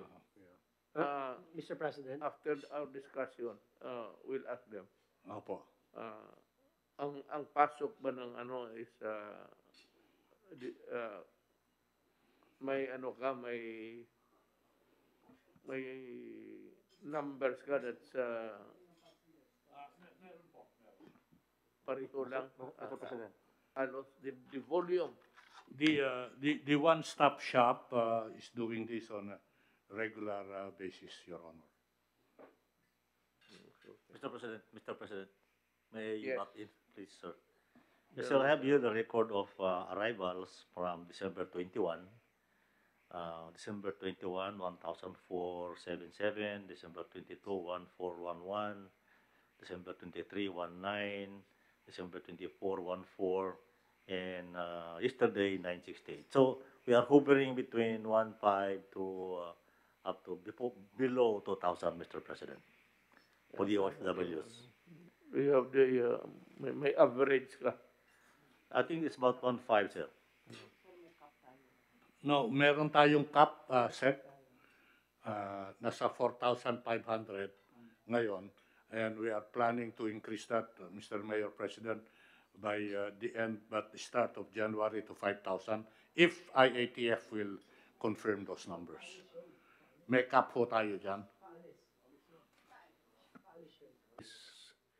Anything that they oppose, anything that they think it's not good, or modality is not regular, kindly voice out your opinion. We would be happy. As a matter of fact, that's the reason why we invited you, because we are not medical people. Kayo na imbita kasi mandagdagan yung knowledge namin. I'm reminded of my catechism noon sa Bible about pestilence. Peste itong. And this is actually pestilence. Yung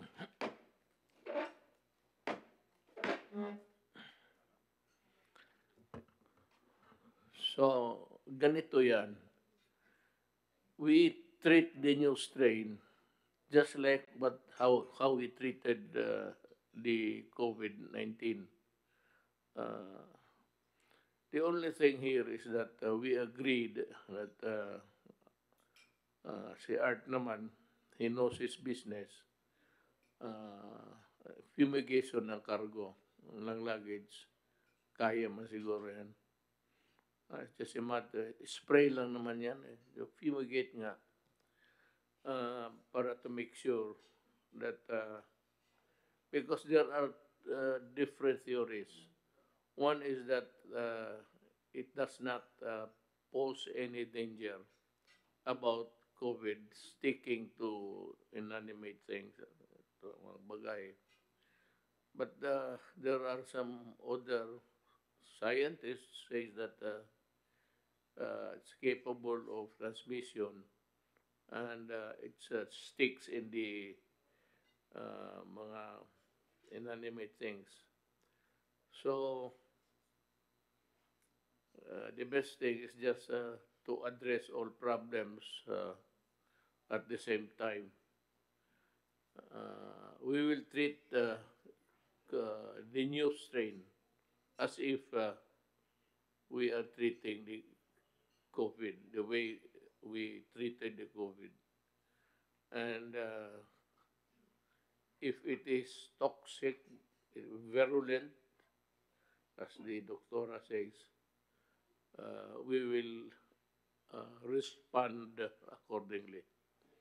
And it might be something like a lockdown if things get worse. So it would depend on the severity of the contamination and the number of people that's being contaminated. Then we maybe meet again and talk about adding more in the protocol to safeguard the nation. Ang ano naman dito is really the people. Our job is to protect the people and the nation. And so we are here. Kung wala na kayong mga department secretaries, we would ask the medical experts whether what we are planning to do is sound and doable. If not, kindly tell us, educate us, so that we would know what to do, the proper thing to do. Kung may kulang man o may sumubra and it is not really needed, kindly tell us how we got it wrong, so that we can be, I said, informed of the war on how to wage the war against the COVID-19 and the new strain. Ang takot ko lang baka mag-mutate na mutate every time that there's a vaccine, mag-mutate itong mga loko-loko na ito. Saan galing, I do not know. But as I said, katikism ko sa grade school, it's pestilence. Pinipiste talaga itong po. So, we are here to ask for your help. So, anybody from the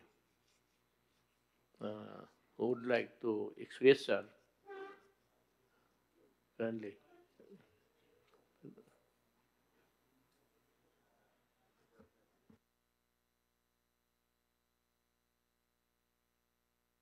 Mr. President, he is Dr. Camilo Roa.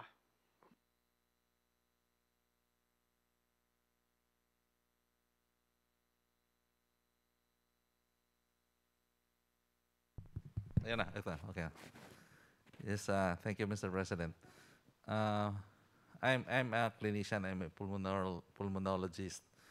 So my sense is that going back to the circumstance of the discovery of the strain, that it was in UK, and UK was experiencing a spike. It so happened that UK has this extensive surveillance as well. I mean, 10% or more of the cases nakita nila. What about in other countries where there are spikes and there is little surveillance? I understand sa US, 1% lang. Malalaman na merong mutant virus na either increasing in infectiousness or hopefully not increasing in severity ang disease niya, late na. So what I'm driving at, maybe the measures talked about earlier will not just be based on the reports of the strain identified, but also in the statistics of different countries where there is, by statistics, we have very good epidemiologists here, highly suspicious spike in either number of cases or deaths, and take the proactive measures until ma-prove yun, baka behavior lang, o baka poor nutrition, na hindi yon dahil sa mutant. Kasi mutation will really occur whenever the virus is populating different cells and reproducing. That's natural. So in those cases, suspect, we do something about it para hindi huli na nakapunta na sa atin. In the same way, Mr. President, kung meron tayong barangay or city na biglang ganun, and that we have been doing actually, granular kaagad yung measures para ma-discover kung baka dahil lang sa behavior nga, o baka may nakalusot from UK or somewhere that we found a bit late. Thank you. Salamat, Doktor. That is why there has to be a nakatutok lang dito. Nothing about entering or nakatutok lang ito sa mga countries, lahat, tinamaan ngayon eh. Magtutok tayo dito sa countries where we think that there is a spike. And especially dito sa atin. And we would know that. So, ang ano talaga dito is surveillance. The only way that we can be prepared, not avoid, we cannot avoid it, but be prepared to confront the new virus if we know in advance how it will progress in coming into our country. So, we have to, about the only thing really that's good about this contagion now is that every country is telling It's transparent, telling the truth. And even China admitted that the COVID-19 started from there. And itong new strain, of course, it's the first country who reported it was Britain. So, pag-aralan natin siya. So, may nakatutok talaga dyan. But I would suggest that we create a panel or whose job would be only to observe the different progression and the identification of the new strain. Apparently, there is because Spain, ayan, first case nila. Saudi Arabia, mayroon sila, sinira na nila. All inbound are suspended. Tayo dito, we will meet again about today is 26. We will meet again on the 28 something. Sandali lang. We'll just, just try to figure out how we are doing and if our preparation is necessary. Because in between, by and large, hindi naman natin malaman kung bukas meron o wala. So, we should meet on the, if you have the time, I would ask you to, kung kaya lang ninyo, 28 then after Christmas, about January 3. We will inform you. This is just a timeline, but exactly when pwede namang it could be moved or transferred to another date. Ang gusto kong malaman yung mga what's in the mind of the experts. Can we hear? Mr. President, the OIC WHO country representative, Dr. Socorro Escalante, would like to manifest. Mr. President, may we recognize her? Okay.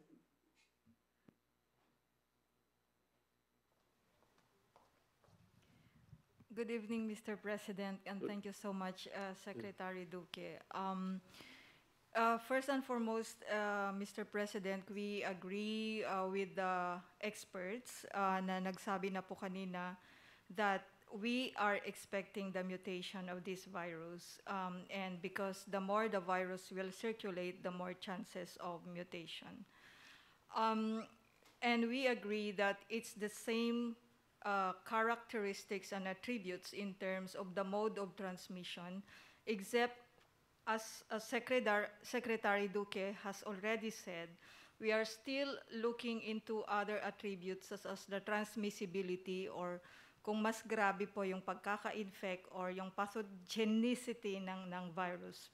So considering that, Mr. President, the WHO recommendation for now is not to restrict travel, but to ensure that our public health interventions are in place and that the country is ready to mitigate any event that the transmissibility or this new strain will come into the country. But there are 3 points, Mr. President, that we want to add. Unang-una po, we want to encourage more thorough risk assessment of the situation. And risk assessment would really, especially in this circumstance, if we are going to meet again on the 28th, we will look at the data that is being submitted by the member states to the WHO through the International Health Regulation. And by this information, we will get the latest update from the different countries. And this risk mitigation, Mr. President, would include looking at what is the current stage of transmission of this specific variant in the country of origin of our passengers. For example po, if we are looking, for example, for Australia, Japan, and Singapore, although meron na pong the cases that have been detected and reported through the international health regulations, by this basis, we would not encourage like lockdowns or restrictions of travel, because the numbers are low, and these are also the countries which have very stringent public health interventions. So kung malakas po yung public health intervention ng isang country, and the cases are limited to imported cases at wala pa naman pong community transmission, it is not going to warrant the declaration of a lockdown from that country. On the other hand, the risk assessment would also be for the national risk assessment. We need to take this opportunity to look at saan ba yung gaps ng mitigating measures natin, including, for example, the points of entry, how we quarantine and how we isolate the individuals, plus our own surveillance. In the past 9 months, Mr. President, we do observe that the government has already put all the necessary public health interventions and measures, but we have learned also a lot of lessons on the capacity of our local governments to really prepare to mitigate the risks when people are traveling abroad or from Manila to the provinces. And the biggest lessons that we have had is when individuals coming from places where there is ongoing community transmission or high level of transmission will go to places where wala pa tayong infection. So these individuals will seed those localities. And when the local government units or those areas are not ready for contact tracing, isolation, and quarantine, then lumalabas po at nakakalusot yung infection. So now, in this current situation, the risk that we are seeing, Mr. President, is the increased mobility of the population and what is happening in the UK. But that is only a part of the risk. The second part of the risk is how strong our public health intervention in this country will be able to cope up with this risk. So in the meantime, Mr. President, we would really encourage the country to add the measures on a thorough risk assessment plus risk mitigation by ensuring the capacity of our public health systems in the country. Another point, Mr. President, is we would support the inclusion of genomics sequencing in our surveillance system, because as we said, this virus is going to mutate, and we do not know if there are already mutations also in our country that is actually causing faster transmission, or we do not know the attribute and nature of the virus that is already circulating. So WHO is in support of the National Institute of Health and the RITM on the move to strengthen the genomics sequencing in the country. Last point, Mr. President, regarding po yung Sabah, Malaysia. We have confirmed as of now from information within WHO that the variant that they have identified in Sabah is not the same as the variant in UK, but it's similar to other mutations that's located in South Africa, in Australia, and in Netherlands. So, and we do not yet know what is the significance of this mutation and what are the implications in terms of public health system. So again, Mr. President, to summarize the point that that we would like to deliver to the body. One, we expect virus mutations, and this is expected to happen. Number two, our public health interventions that are needed and are already proven to effective are in place.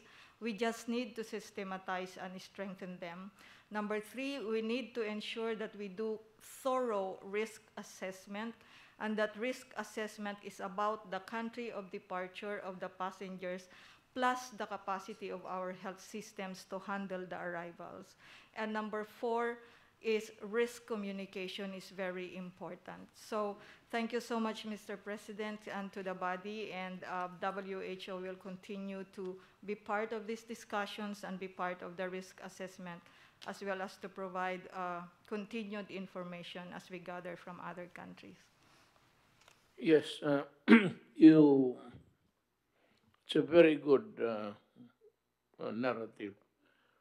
Lalo na yung ano, I'd like to zero in on itong surveillance, pati yung the way how we, yung interdiction ng, it's not intervention, it's really interdiction, how the local governments would also help us. Alam mo, ang pag-asa talaga natin dito si Secretary Anyo. Because sa lahat na ito, it's aside from us here in Manila, sa probinsya, it's always the mayor, municipal mayor, and the city health officer, plus the barangay captain. The most influential dyan sa barangay is really the barangay captain. And if the mayor, kanya-kanya mang assessment, kanya-kanyang ano, without being yung sa Davao ngayon, ang mayor doon nag-curfew. The curfew was originally 7 o'clock. Then there were a lot of complaints. It has been moved to 9. But kung ganun sila zealousness, ang trabaho nila, and with the push of Secretary Anyo sa lahat, make them obligatory. Kasi itong mga barangay captain, actually, government has the perfect setup. You have the president, then you have the governors, then you have the city mayors, municipal mayors, then the different barangays. Alam mo, ang pinaka, ano dyan, is the mayor and the barangay captains. So, make it an obligation for them to really strictly follow also the whatever direction that we take in this fight against COVID. There has to be a unanimity rather in the modality, kasi pag hindi kanya-kanya o tamad-tamaran. So it behoves upon the Secretary of Health to also to move them to action. Walang magtamad-tamaran. Ganito na lang. If they are not at par, in parity with the rest of the nation, di palitan natin sila. In the meantime, we do not remove them from office. Palitan, just move aside. And maybe the vice mayor can do it. Ganun na lang ang gawin. That's my suggestion to Secretary Anyo. If they are not doing the very things that are important to in this fight, yung iba to take it as just an ordinary thing, they do not really, maybe they have not realized the seriousness. Then we can always move them. We do not remove them from office. You just step aside and assign the next thing, the persons who can do it, including the mayors. Makikita mo yan sa spike. That's you were talking about. Kung mag-spike ang isang barangay, then sa surveillance and sa investigation, we should be able to determine why, bakit. Kasi yan, sa health authorities na yan, kay Secretary Duque yan. But push them hard, Secretary, and tell them that, well, we are live. I hope that this will be heard by everybody. Talagang obligasyon ng mayor yan to protect public health.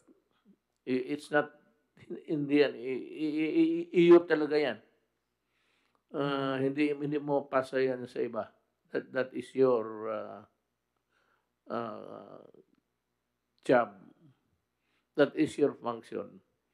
So mayors must exert efforts na sa kanilang kanilang munisipyo at barangay is working. And they can push hard also the barangay captains. Yung mga barangay captains na hindi ito matrabaho and the surveillance in Manila would just notice that there is a spike in your barangay, then we will investigate why. No, Mr. Peg. So if others, compared to the others, yours is in a worse situation, tell me why is it like that? Yung trabaho talaga ng gobyerno to eh. It's not the job of just anybody. It falls heavily on the shoulders of government. So yung struktura na yan, we have to make use of it because that is what is intended for in the first place. That structure there is part of the governance that the government has at least control over the events mangyari sa ating bayan. This time, lahat tayo. I said it behooves upon everybody who was with government to contribute. Dapat lang gawin ninyo, kinig kayo sa sinasabi ng yung surveillance talaga importante. And well, if there's a lot of people who are sick, then maybe the government, the national government would also contribute something to control the pandemic in your place. Anybody from, yes, sir, may I? Mr. President, Dr. Ed Salvania was going to manifest, and then to be followed by Dr. Hepte. Good evening, Mr. President. Good evening to everyone. Thank you very much for giving us the opportunity to speak. I think one thing that has to be clear, this is not the first time that we are seeing a variant come into the country.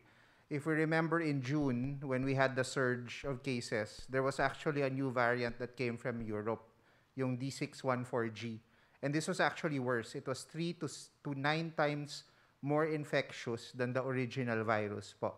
And if you remember, we had about 6,000 cases at the peak of that surge. And so we know what happens when we get a variant in.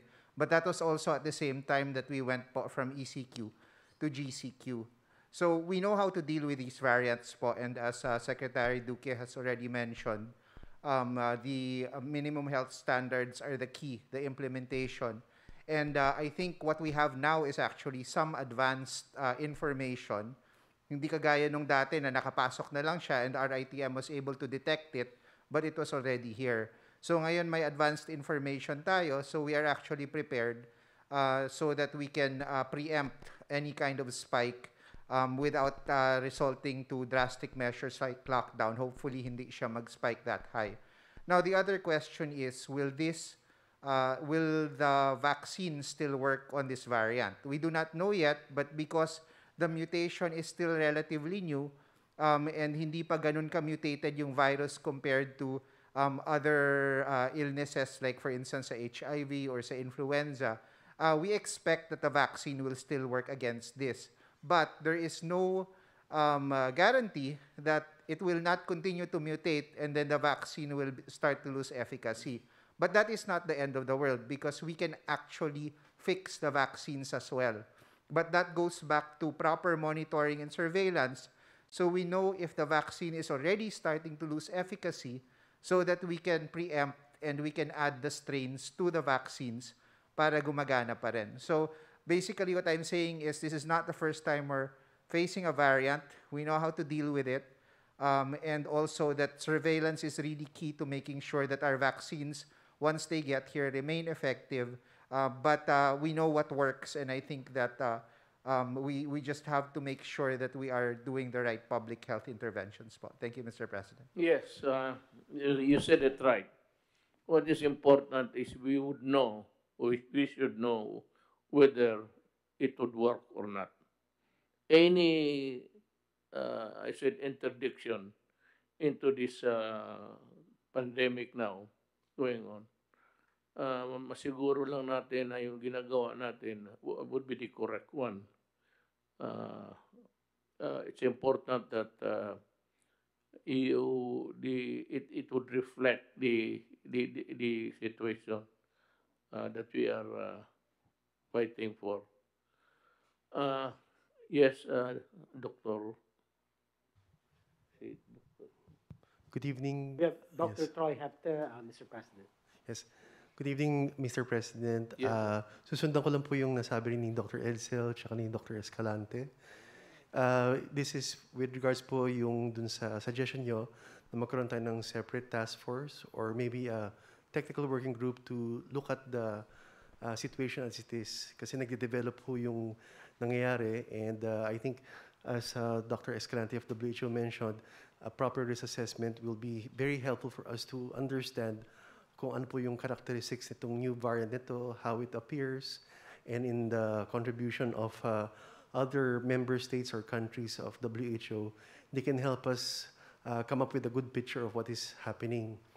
With regards po dun sa surveillance natin, I think we need to also acknowledge po that we have a lot of success in our systems development for surveillance for diseases, contact tracing, yung pagsiset up po ng mga laboratories, health facilities. And I think ang important po, aside from looking at where the diseases are o yung mga spikes or clusters, natutuntun din po natin kung saan po medyo may kahinaan dun sa ating system. Varied po kasi yung ating mga LGUs. Some are performing better than others, but some are not that organized or kulang po sa capacity. And I think we should really be able to have that kind of granularity also to look at yung system's performance natin down to the local level. And I believe that DOH and DILG has that very close relationship so that we can inform them of what the probable gaps are in the surveillance system. And crucial po kasi kung mag-iisip tayo dun sa timing, pag kinulang tayo ng, or kinahuli tayo ng konti, baka dumami yung kaso. And very crucial po yung capacity building natin for surveillance. And nakasalali po yan dun sa office ng DOH Epidemiology Bureau and all of their network dun sa epidemiology and surveillance units all over the country. So I think how we try to get that system and study it and how we can further add to its strengthening and improvement, all the better po for us to prepare ourselves for this threat of this new variant. It won't be the first and last time po. And I think there will be other opportunities for us to learn kung paano natin mapapaigting pa yung ating mga measures against this particular threat of possible mutations in the future. Yun lang po, Mr. President. Thank you. Thank you. Wala namang problema sa ano because si General Lorenzana General Anyo, pati si General Galvez are listening. So we would rely on their power, brain to come up with the responses if it comes. But let me revisit itong vaccine. I remember distinctly dito sa body that I said itong vaccine, ang pagbili, ang pag to select and to bawat to buy, binigay ko yan kay General Galvez. Solely kanya, sabi ko. Idiyo yan lahat trabaho. Then there comes this rokos about a vaccine already about to be maniwala kanya sa Amerikano na yan. So do not. So merong na deliberate and the thing was spoiled by Secretary Duque. Tignan mo lang tignan mo laro dito sa gobyerno na to. I place it in the hands of General Galvez. Iyo lahat yan. Pagka nagkabulyaso yan, ikaw ang titirahin namin. Iyo yan. Well, of course, the policy would be made by General Lorenzana and General Anyo. Itong sila yan. If it fails, then you have 3 generals to face the firing squad. Ayusin niya. They're here to just assist they do not take anything from Secretary Duque. So, tutulungan lang nilang yan. Pero itong pang vaccine, at what price, what is the brand, kay Galvez yan lahat. So, binigay ko yan sa kanya. Means to say that I trust him to get a good bargain for government. Pero sa ngayon, lahat ng vaccine naman talaga nang bumadali. But do not believe in that shit about America delivering kagad. Hindi nga niya ma-deliver doon sa kanilang lugar. Dito pa. Itong Amerikano talaga. Maniwala kayo. I've been with government, have dealt with them many times. And that's why I have naging cynic ako sa kanila. Kasi wala pa, pasigan din dyan. Kung ibigay, di ibigay. Wala man. Why do, if you want to help, if America wants to help, you deliver, stop talking. What we need is the vaccine, not your verbose speeches. Ang kanila lang kasi kay yung visiting forces agreement, matatapos na. Ngayon, pag hindi ako pumayag, aalis talaga sila. Kung hindi sila makadeliver ng baski na lang in minimum of mga 20 million vaccines, they better get out. No vaccine, no, stay here.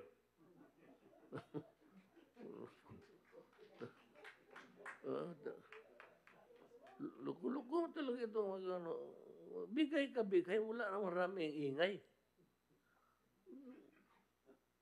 So they are put on notice that if you cannot produce the vaccine, 20 million at least, immediately, mahirap ka nga dyan mismo in your own country.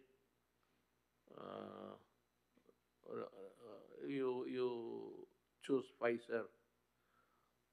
Pfizer is up to its neck producing it for everybody. And then you promise so many countries of your vaccine. So, ulitin ko, it is only General Galvez, the hero of Marawi. Kaya niya to. So, when is the earliest vaccine, General? Sir, the Western based vaccine, sir, the earliest, sir, is May, sir. So we are already, 85% of the contract, or 20 million for the government and 10 million for the private sector. Then another US-based, India-based vaccine, we might be having our contract signed by January. Pfizer also by January, sir.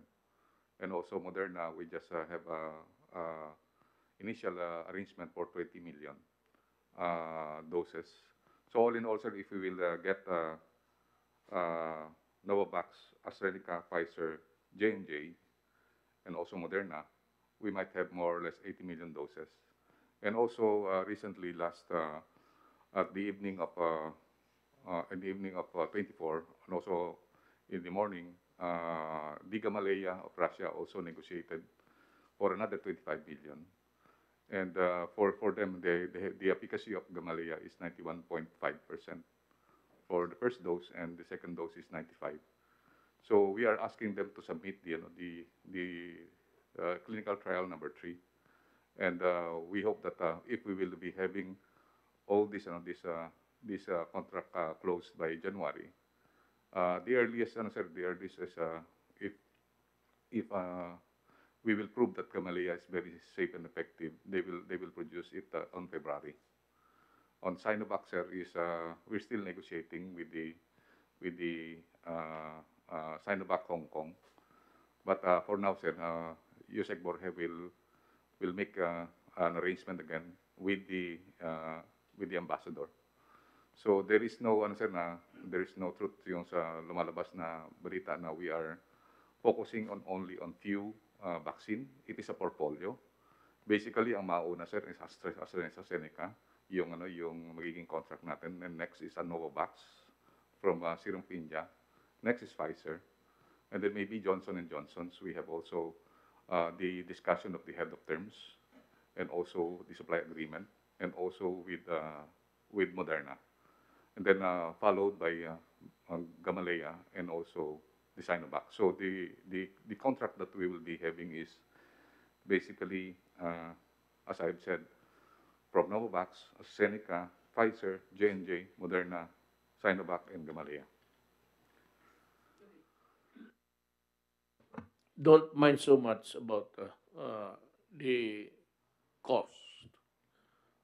The thing here is availability. Kung sino yung merong magigay sa atin, never mind if it's costing kanila, sabi sila, ours is much expensive because it is more potent. Sige, bilhin mo na lang. What's available there, bilhin mo because it's an emergency. Never mind about the costing. Wala na, hindi natin pinapag-usapan yan. Total, hindi makaagad bayad yan. Hindi, dahan-dahan lang bayad natin next year. Tapos, dalawang taon. Then you say that give us another 2 years because our economy is in shambles. So we have no money. Pero kunin mo na, tanggapin mo na. Pero huwag mo sabihin na wala kang pera. Sir, Mr. President, sir, all doctors are here to allay some fears of the public. Sir, we will follow the ADB World Bank standards.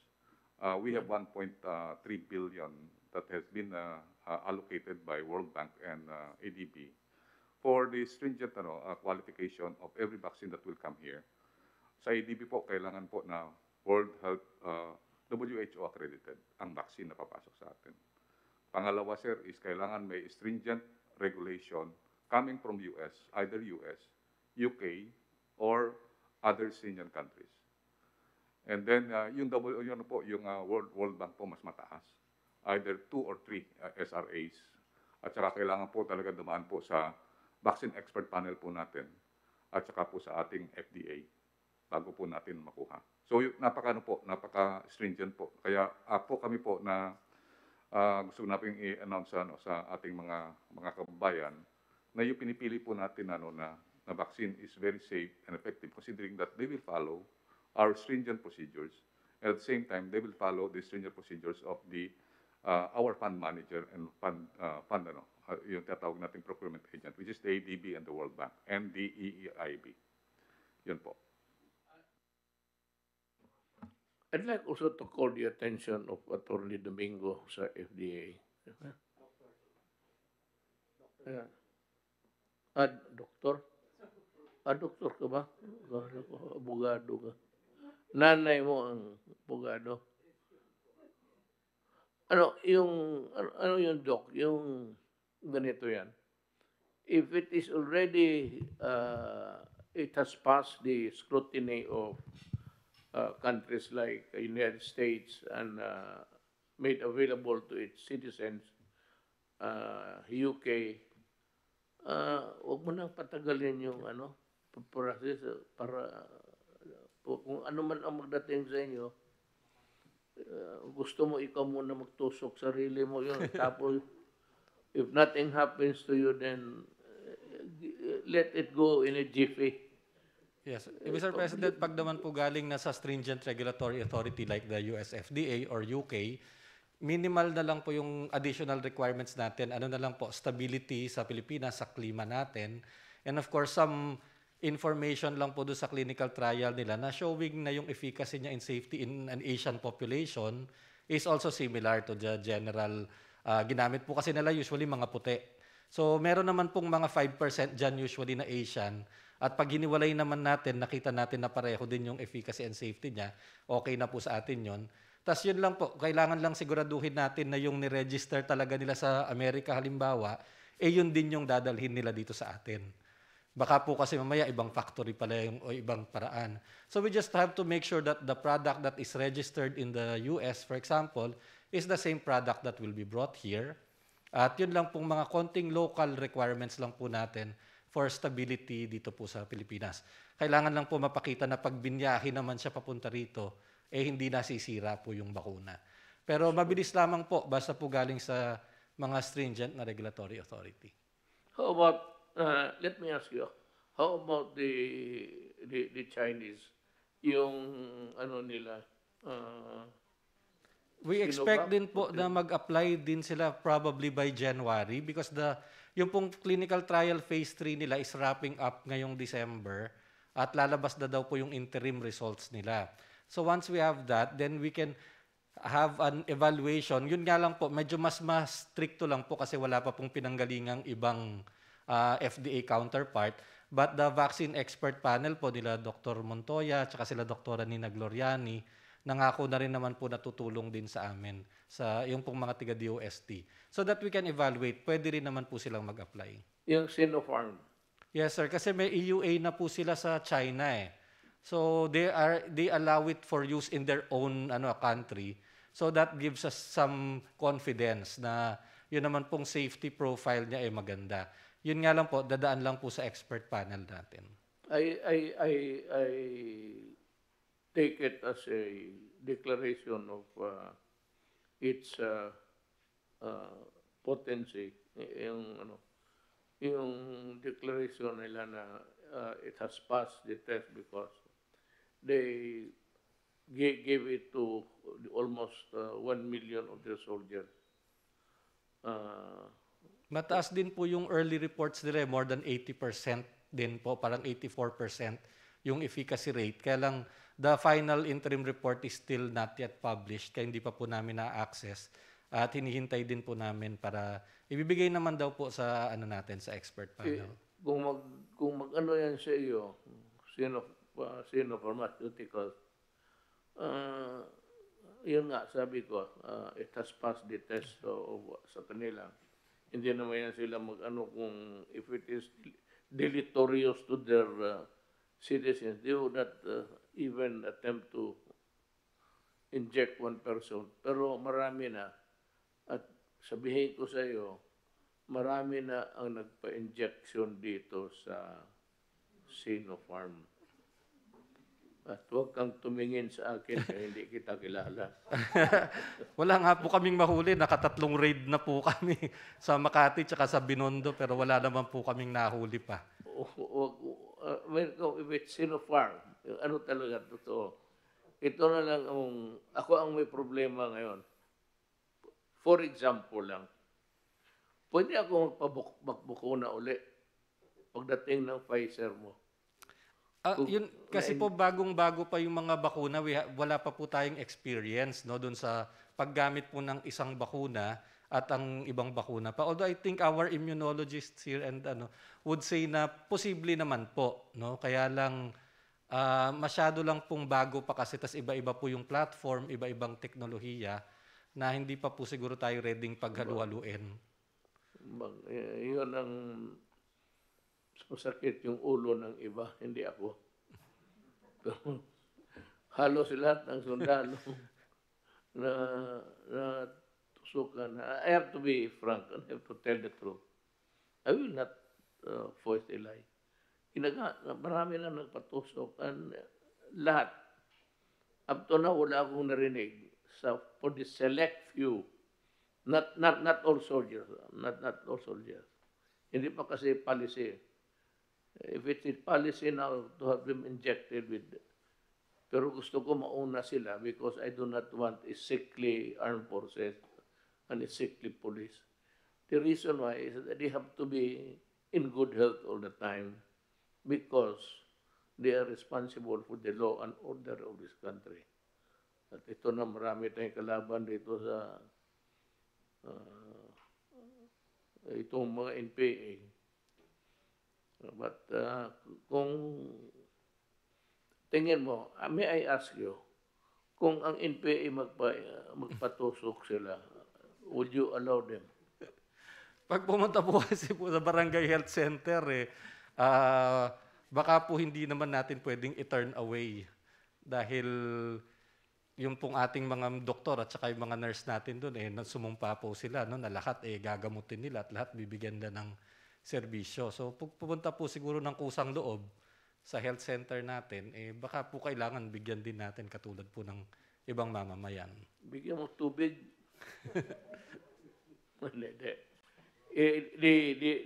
Thank you. The vaccine is available to every Filipino citizen, including the communist NPAs, so that you can fight better and you are healthy, because I know that you will die. Pag hindi talaga kayo naghinto, mamamatay talaga kayo lahat. That's the gospel truth of it all. We will make available to you. We will not, in the name of humanity, we will not deny. Kasi yan Pero just to make you healthy so that you will die. Pag hindi kayo naghinto sa food, you stop. Kasi yung pera na kinukuha ninyo sa... Alam mo, let me just mag-segue ako. It's Christmas time. Merry Christmas to you. Happy New Year kayong lahat. Pero ito ang tandaan ninyo. Itong mga sundalo na NPA, itong mga lumad, at itong misguided Filipinos for so many years now, you have been fighting almost siguro, meron dito a couple. When the child was born, both husband and wife left to join the NPA. Dito yung nagalit ako, sabi ko, because yung sabi ko, sana yung anak ninyo? Katabi nila. Tapos, nakapag-aral na, I think, mag-sailor. Sabi ko nga, doon ka na sa Navy magpunta. Doon ako nagalit. Sabi ko, ipaano ko yung ano ng, I was not joking. I was really, nagalit ako. Sabi ko, kita mo. Iniwan ninyo yung bata ngayon, matangkad pa sa kanila. Yung, ang ano nito is, yung pera na ginagamit ng mga leader ninyo ay dugo ng Pilipino yon. We cannot invite investors kasi sinusunog ninyo sa probinsya. Sinusunog ninyo yung mga backhoe, mga tractor. Million yan eh. And you deprive the Filipinos of good infrastructure. Kaya na ang gagawa. Hindi na magtuloy, magbaback out. Nobody is willing to take unless magbayad. Pero to tell you the truth, to tell the nation the truth, lahat bumibigay. Mga malls, mga lahat bumibigay. Alam ba ninyo yan, mga NPA? Lahat ng malls, ay hindi na ako I won't mention names. Lahat ng malls dito sa Manila, nagbibigay ng taxation sa inyo. Lahat ng hotel. Kaya maraming pera. Pagka milyon-milyon. Look, saan nila pinapaaral yung anak nila? Sa Europe. Itong anak ni Sarate. And now he wants to talk to me if it is to the best interest of the people. It has nothing to do with the interest of the people. Attorney Sarate, Congressman Sarate. It is a question which I would like to ask you. Saan mo kinukuha yung pera na to finance the study of your son sa Europe? Tinignan ko yung lahat ng, I cannot read all. But nandito yung, sabi mo, sponsored by the Lula. The Lula does not even have income tax. Walang matanda na. So you were lying actually.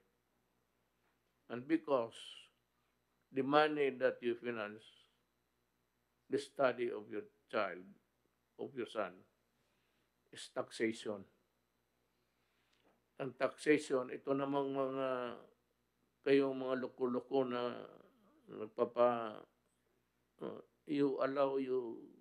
nagagap na paggamit kayo ng mga tarantado itong mga leader ninyo. Sila milyon-milyon. Lahat ha, sabi ko lahat. Lahat ng mines companies, lahat ng mga laging-laging dyan, naglalag over, nagbibigay yan. Milyon yan. Pero ang sa inyo, hanggang anong binibigay sa inyo? Medisina para sa eksena. Puro at saka malaria. Lahat kayo may malaria na dyan. Tapos pasunod-sunod kayo. Totoo yan. Ako, nagsasabi ako, kaibigan man tayo noon. Kaya lang noon na presidente ako, kalaban talaga tayo. Natural. Because mine now is the interest of the nation. Sinasabi ko lang, hinto na kayo. Mag-surrender na kayo kasi walang ginawa yung mga leader ninyo. It's plain banditry. There is no more ideological set-up in their minds. Ang kanila na lang, mag-kill-kill sa mga tao. You are not fighting anything anymore. not even a religion, if you may. Wala. Pareho talaga kayo ng Abu Sayyaf. No different. Ako pa sa inyo, mag-merge na lang. Totoo yan. Wala kayong ginawa kung hindi ano, you want money to come to your hands through or by virtue of the blood and tears of other Filipinos. Sinisira ninyong bayan. We cannot, pareho tayo ng eroplano. Sakay tayo lahat. Nagte-take off tayo. Nandiyan na tayo sa runway. Pero wala tayong lift. Hindi tayo umangat. Hanggang endless runway lang yan sa tumataw. Yan ang Pilipinas. Dahil sa inyo. Mainly dahil sa inyo talaga. What disturbs the public order in the Philippines kay kayo. Ang masakit dyan, hindi inyo alam na ang koleksyon ng mga ito sa mga nasa NDF, yung mga leader ninyo, pati si Season. Season, I forgot to paper. This is not kasi the proper time. Paano lang ako sabi ko, mag-segue lang ako. He traveled, he's traveling around Europe. Punta-punta pa doon sa mga snow, mag-snow. We are on live. Mabuti para masabi ko sa kanila, mga ulur sila. Ay, galit ako sa kanila. God, bring it to the people. Sumurinder na kayo. Ako, pag nag-surrender kayo, bahay. Meron mga kondo na ginagawa ko sa probinsya. Pag nag-surrender kayo, sabi ko na sa sundalo, para kanila yon eh. Sabi ko, bata, pasensya ka na, ibigay na lang natin dito para madali ang pacification campaign. Bibigyan ko kayo ng trabaho, sinisweldohan ko kayo. Yung test na nandyan, tinuturuan kayo maghanap buhay. Ang inyong sige, hingi na pera doon sa mga tao. Ako pa sa inyo ganito. Kung ayaw talaga ninyo, maghingi, mag-taxation kayo, hawakan ninyo yung pera. Pagdating ng mga NDF leaders, makipag-usap sa inyo about, wala, ideology natin. There's nothing to talk about.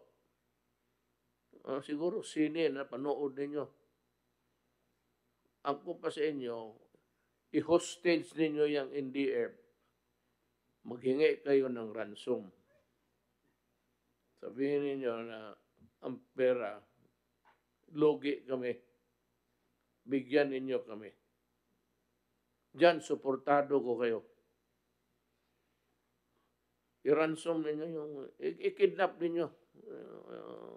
Hindi ako mag-ano, I will not lift a finger to help those idiots.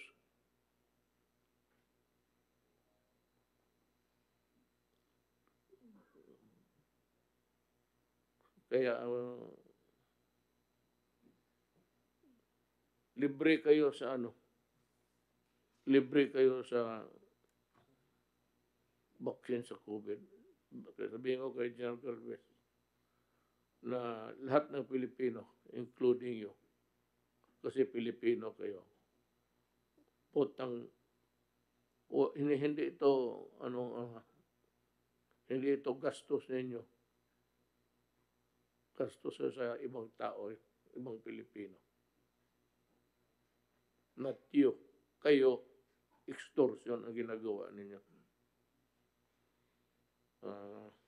Hingi ako ng tawad sa body for the outburst. Hindi ko mapigilan sarili ko eh. Because we arrive at this issue of whether they should be vaccinated. All Filipinos ang Abu Sayyaf, mag-report lang kayo sa military. Sila ang magbakuna sa inyo.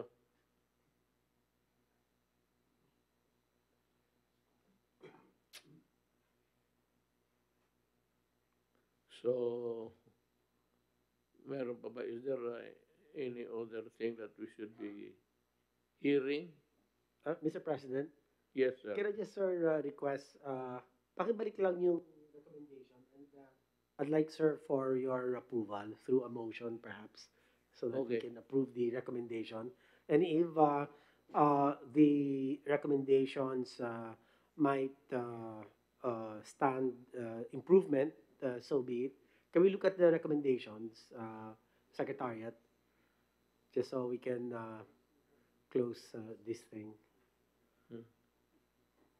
Okay. Sa recommendation lang po.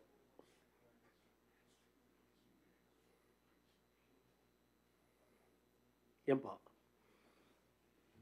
Number 1, sir, is we recommend a strict mandatory quarantine for countries that report new variant. So travelers coming from countries or areas, Hong Kong, Singapore, Australia, with confirmed new variant shall undergo mandatory completion of the 14-day quarantine regardless of the RT-PCR test results. And then number 2, countries with local community transmission of new variant will consider travel restrictions only when transmission of new variant is at the community level. Perhaps the WHO can make a comment here as the source of the information where the community transmissions are happening and which countries for our guidance, Mr. President. There are 3 recommendations, and I'd like to ask the body if there is any comment. Yes, Secretary Roque. Mayor, Sec Duque, what about extending the travel ban from the UK? Because it will expire on the 31st. Again, Yung extension po of the travel ban from the UK dahil yung travel ban po natin is only until the 31st of December. Travel ban from here to UK. Hindi po, from UK to here. Hanggang Yes, 31 lang po. As a matter of fact, I'm telling you, there is no way of knowing how this thing would evolve. It is evolving. Ito yung new strain. But how far, how fast is the progression, wala pa tayong alam. So, you know, the best way is really to play safe. You put a stop sa travel nila. That is good. Kasali naman siguro yan dyan. Mayor, in addition, could I add a 4th one then? I'd propose a 4th one. An extension of the travel ban for all flights coming from the UK, including those who transited in the UK for another 2 weeks. Okay. I accept that. It's good. So, it's amended accordingly. Anyway, meron bang mga nagsusulat dyan? Kayo sa likod? Sila? Mukhang would-appear man yung mga babae dyan. Okay. Number 1 is amended to include the motion of Secretary Roque. Is there any objection? Any comment? How about the second countries to? Is there a modification that you'd want to, or is it complete by itself? I think it is complete by itself. So if there is no objection, no further comment, the recommendations are carried. Mr. President, how about the face-to-face recall of the face-to-face educational use face-to-face, Mr. President? Ay, sinabi ko na, Yes. yung face-to-face ni Secretary Brunel, I'm sorry to disappoint her. Hindi ako pwedeng, this variant because this variant attacks even young people. Itong COVID original, may mga pa itong yawa na ito, selective na. Yung COVID ito, it does not affect so much the young people. They seem to be not vulnerable. Pero itong strain ngayon, they say that it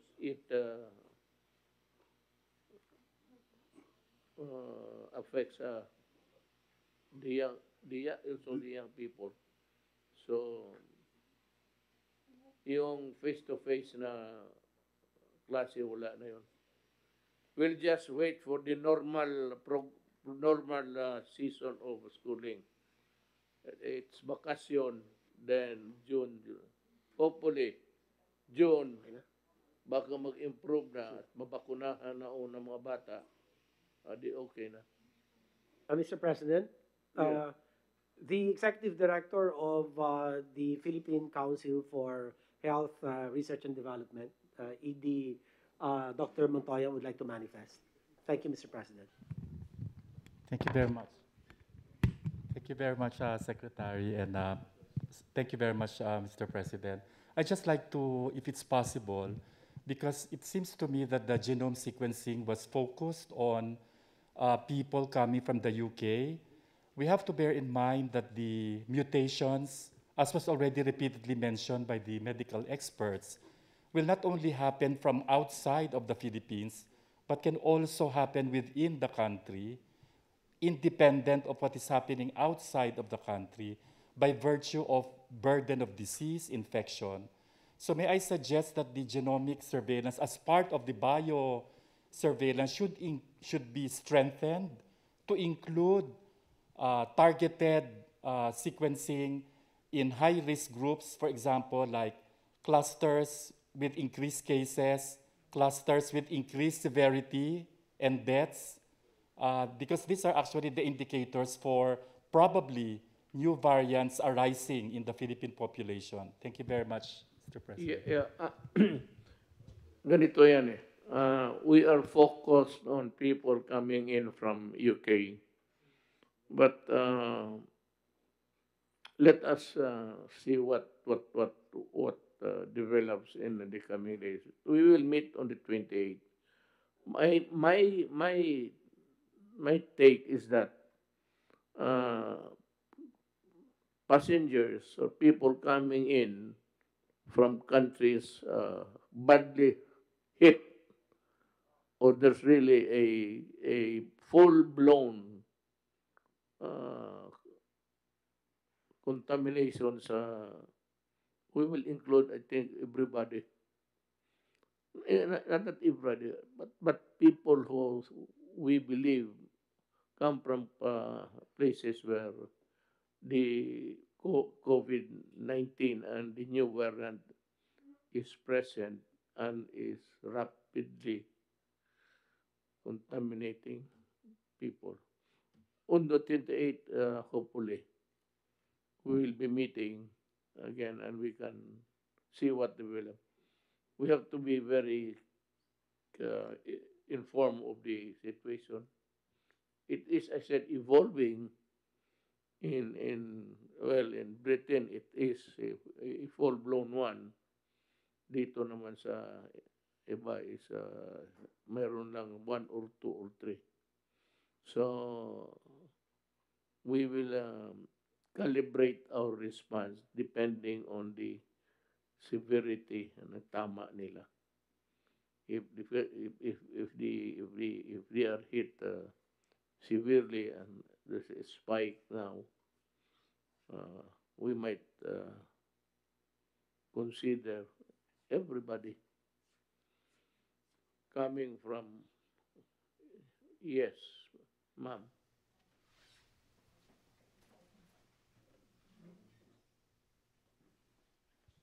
Mr. President, good evening po. We just like po to, una, I feel very heartened po continuously hearing the importance of surveillance. As someone from the Epidemiology Bureau, napakahalaga po talaga no, na ang surveillance, siya yung nakakahanap ng sakit.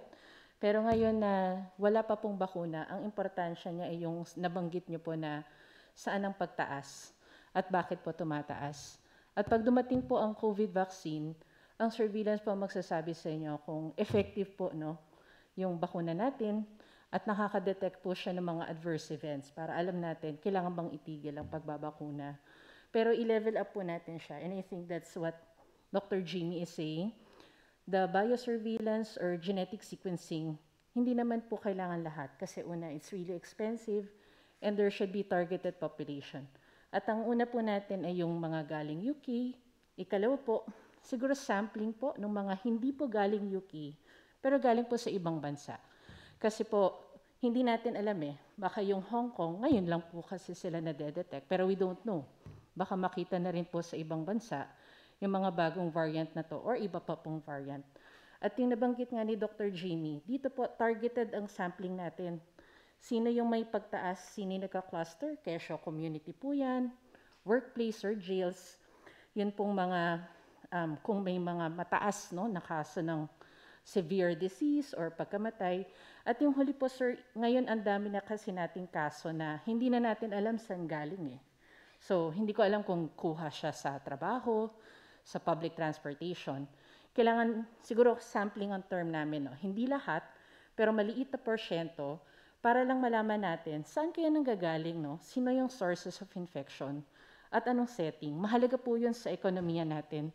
Kung nakikita natin, ang source of infection pala matitrace ba ko sa workplace, then we know we need to do something sa workplace or sa jails po siya or sa healthcare facility.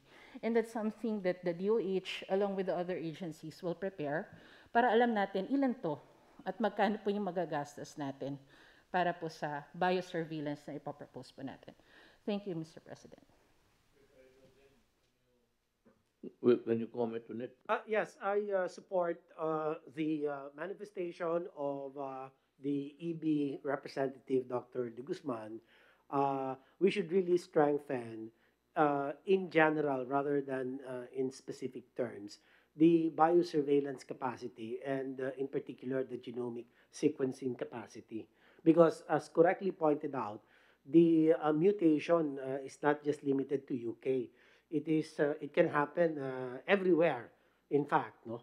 So it's best to really characterize these new strains because it will influence to a certain degree our pandemic response, no? So it is crucial that the biosurveillance capacity be ramped up, and that is why in the number 3 recommendation, which I think deserves an amendment, no? Warrants an amendment, which is not just limiting it to travelers from UK, but really biosurveillance in as a whole, the capacity strengthening. Yun lang po, Mr. President.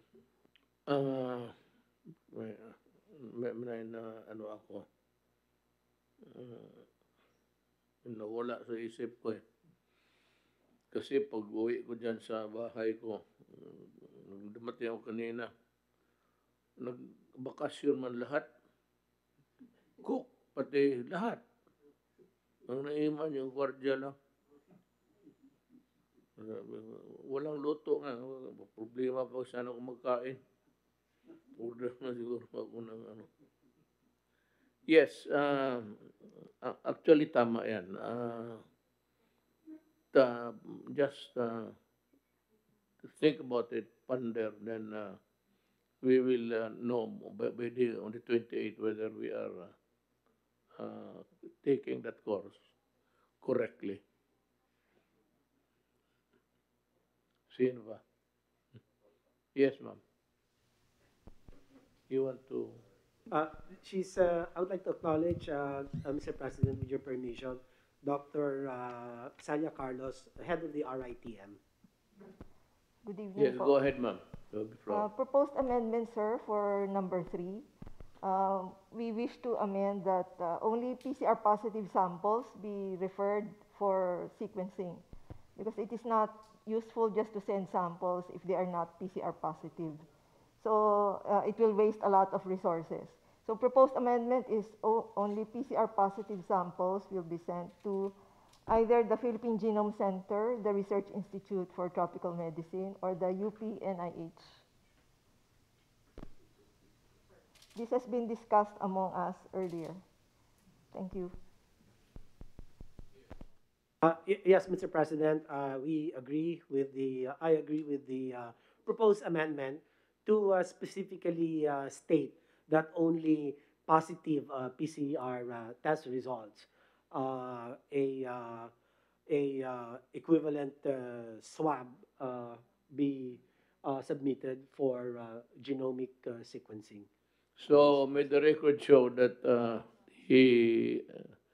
the proposed amendment is accepted and the original recommendation modified as such.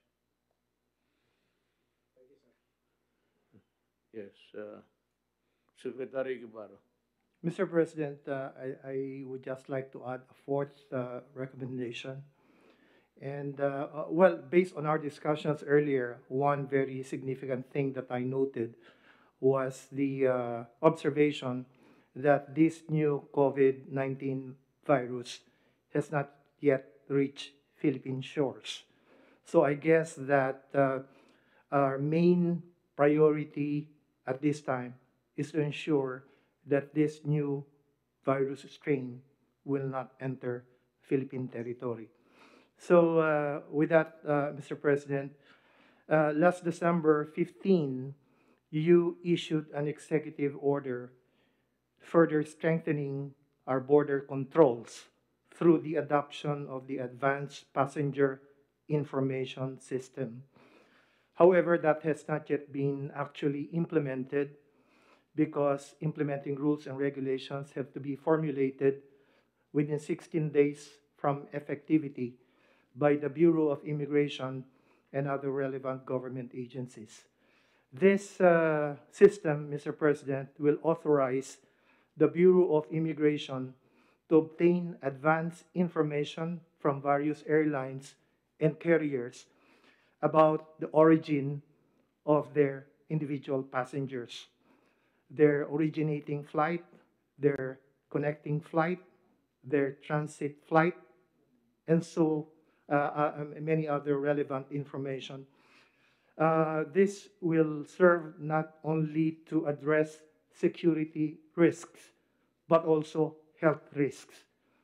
So what I'm proposing, Mr. President, is that we implement this advanced passenger information system immediately, although the Bureau of Immigration and other relevant agencies have been given 60 days from effectivity to come up with implementing rules and regulations. May I suggest that in view of the urgency of the situation, that the period within which to come up with this IRR be shortened in view of the urgency of the situation. So as soon as the implementing rules and regulations are in place, Mr. President, we can immediately put this into operation, and health risks that may be associated with passengers coming from not only the UK, but also from other infected countries may be properly addressed even before the passenger boards the flight coming to the Philippines. Thank you, Mr. President. Yes. Well, that would add a burden to the people from whose country the plane is carrying the passengers. So, you want it shortened? We just want, well, to direct, if you may, the Bureau of Immigration and the other implementing agencies to come up with the IRR as soon as possible so that we can address this problem immediately. Because we don't know if at any time baka po may makalusot. You have an ideal time there? Well, we can probably shorten it to 20 to 30 days, Mr. Well, President. we'll just go direct to an order. The Secretary of Executive Secretary would order, we pass on the order that they shorten it. In view of the emergency, the crisis. Yes, Mr. President. Ano pa ba? Hirap kasi yung makikita natin tapos wala na tayo. 28 pa naman. 26, 27, 28. Okay pa. If I can have the pleasure of your presence, I promise you a better meal the next time. Kasi dito, sa totoo lang, there's only, I serve only rice, isang if you've noticed it, rice, ulam, pati sabaw. Pati si Ambassador, lahat ng, kasi yung Secretary of State, ganun sabi ko. Sabi ko, we do not serve steaks here because that's expensive. The people will complain. So, ako, Jollibee lang siguro ngayon. Walang tao. I'm thinking of umiikot yung isip ko kung sino kaya ang mayaya kung kikinig pa naman yung nationwide to. Madam, ano yan, yung sino mga lalaki na bawal naman ngayon pumasok doon sa ano. Really, there's nobody. There is nobody. The kitchen is empty because nag-uwi na. So, hindi na sila makabalik agad because they have to undergo quarantine. So, it's useless to call them. Yung mga babae, ganun rin nagsiuwian. Kaya ako lang, pati yung nurse ko, ang dalawa kami. Sabi ko na lang sa kanya, okay, you treat me and I will treat you. Let us treat each other. Tayo na lang naiwan dito. So, is there any other thing that we should be talking about or take up? Anything that is not in consonance with good practices? Because kung wala na, then I'd like to remind you again, we will meet on the 28th.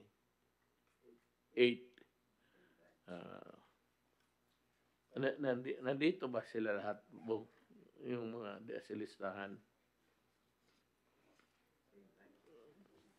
So, before we end, I'd like to address myself to the people, to the nation, that we are indebted by the presence of the following persons who contribute a lot to what we have discussed and we to improve now. Si Dr. Marisa Alejandria, then we have Dr. Mark Edsel Ayes, then Dr. Celia Carlos, Dr. Altia Di Guzman, Dr. Rolando Enrique, Dr. Nina Gloriana, Dr. Teodoro Herbosa, Dr. Jaime Montoya, familiar name, Dr. Ana Lisa T. Ong Lim, Dr. Cynthia Palme Saloma, and Dr. Mario Panaligan. Mga kapatid kong Pilipino, ito yung mga tao na tumutulong sa akin, binasa ko. Huwag ninyo makalimutan, baka yung iba tatakbo ng senador. At least alam na ninyo kung sino yung mga pangalan. Ulitin ko ulit ito. But we have, we have with us in this meeting Filipino doctors who are really concerned with the welfare of their countrymen. They are here to help us out because we are not medical persons. They contribute and we just listen and implement in more ways than one the recommendations. So maraming pasalamat ako sa kanila and to the kayong lahat mga Pilipino, wala pa namang bakuna kasi mayroon tayong pera, wala nang problema. We have the money, we can buy. Problem is of supply. Kaya maghintay tayo kasi inuuna nila the countries who manufactured the vaccines see to it that ang nauna yung kanila bago tayo, which is natural, and that is natural of human being. Parang yung kadugo niya muna ang mauna, mga anak nila. So we'll just wait. Anyway, General Galvez is there. At huwag kayong maniwala dyan sa mga ano-ano na mga vaccine coming in. Wala yan. Ang tawag niyan, istorya lang yan. So, maraming salamat sa lahat ninyo, doctors, at magandang gabi sa inyo lahat.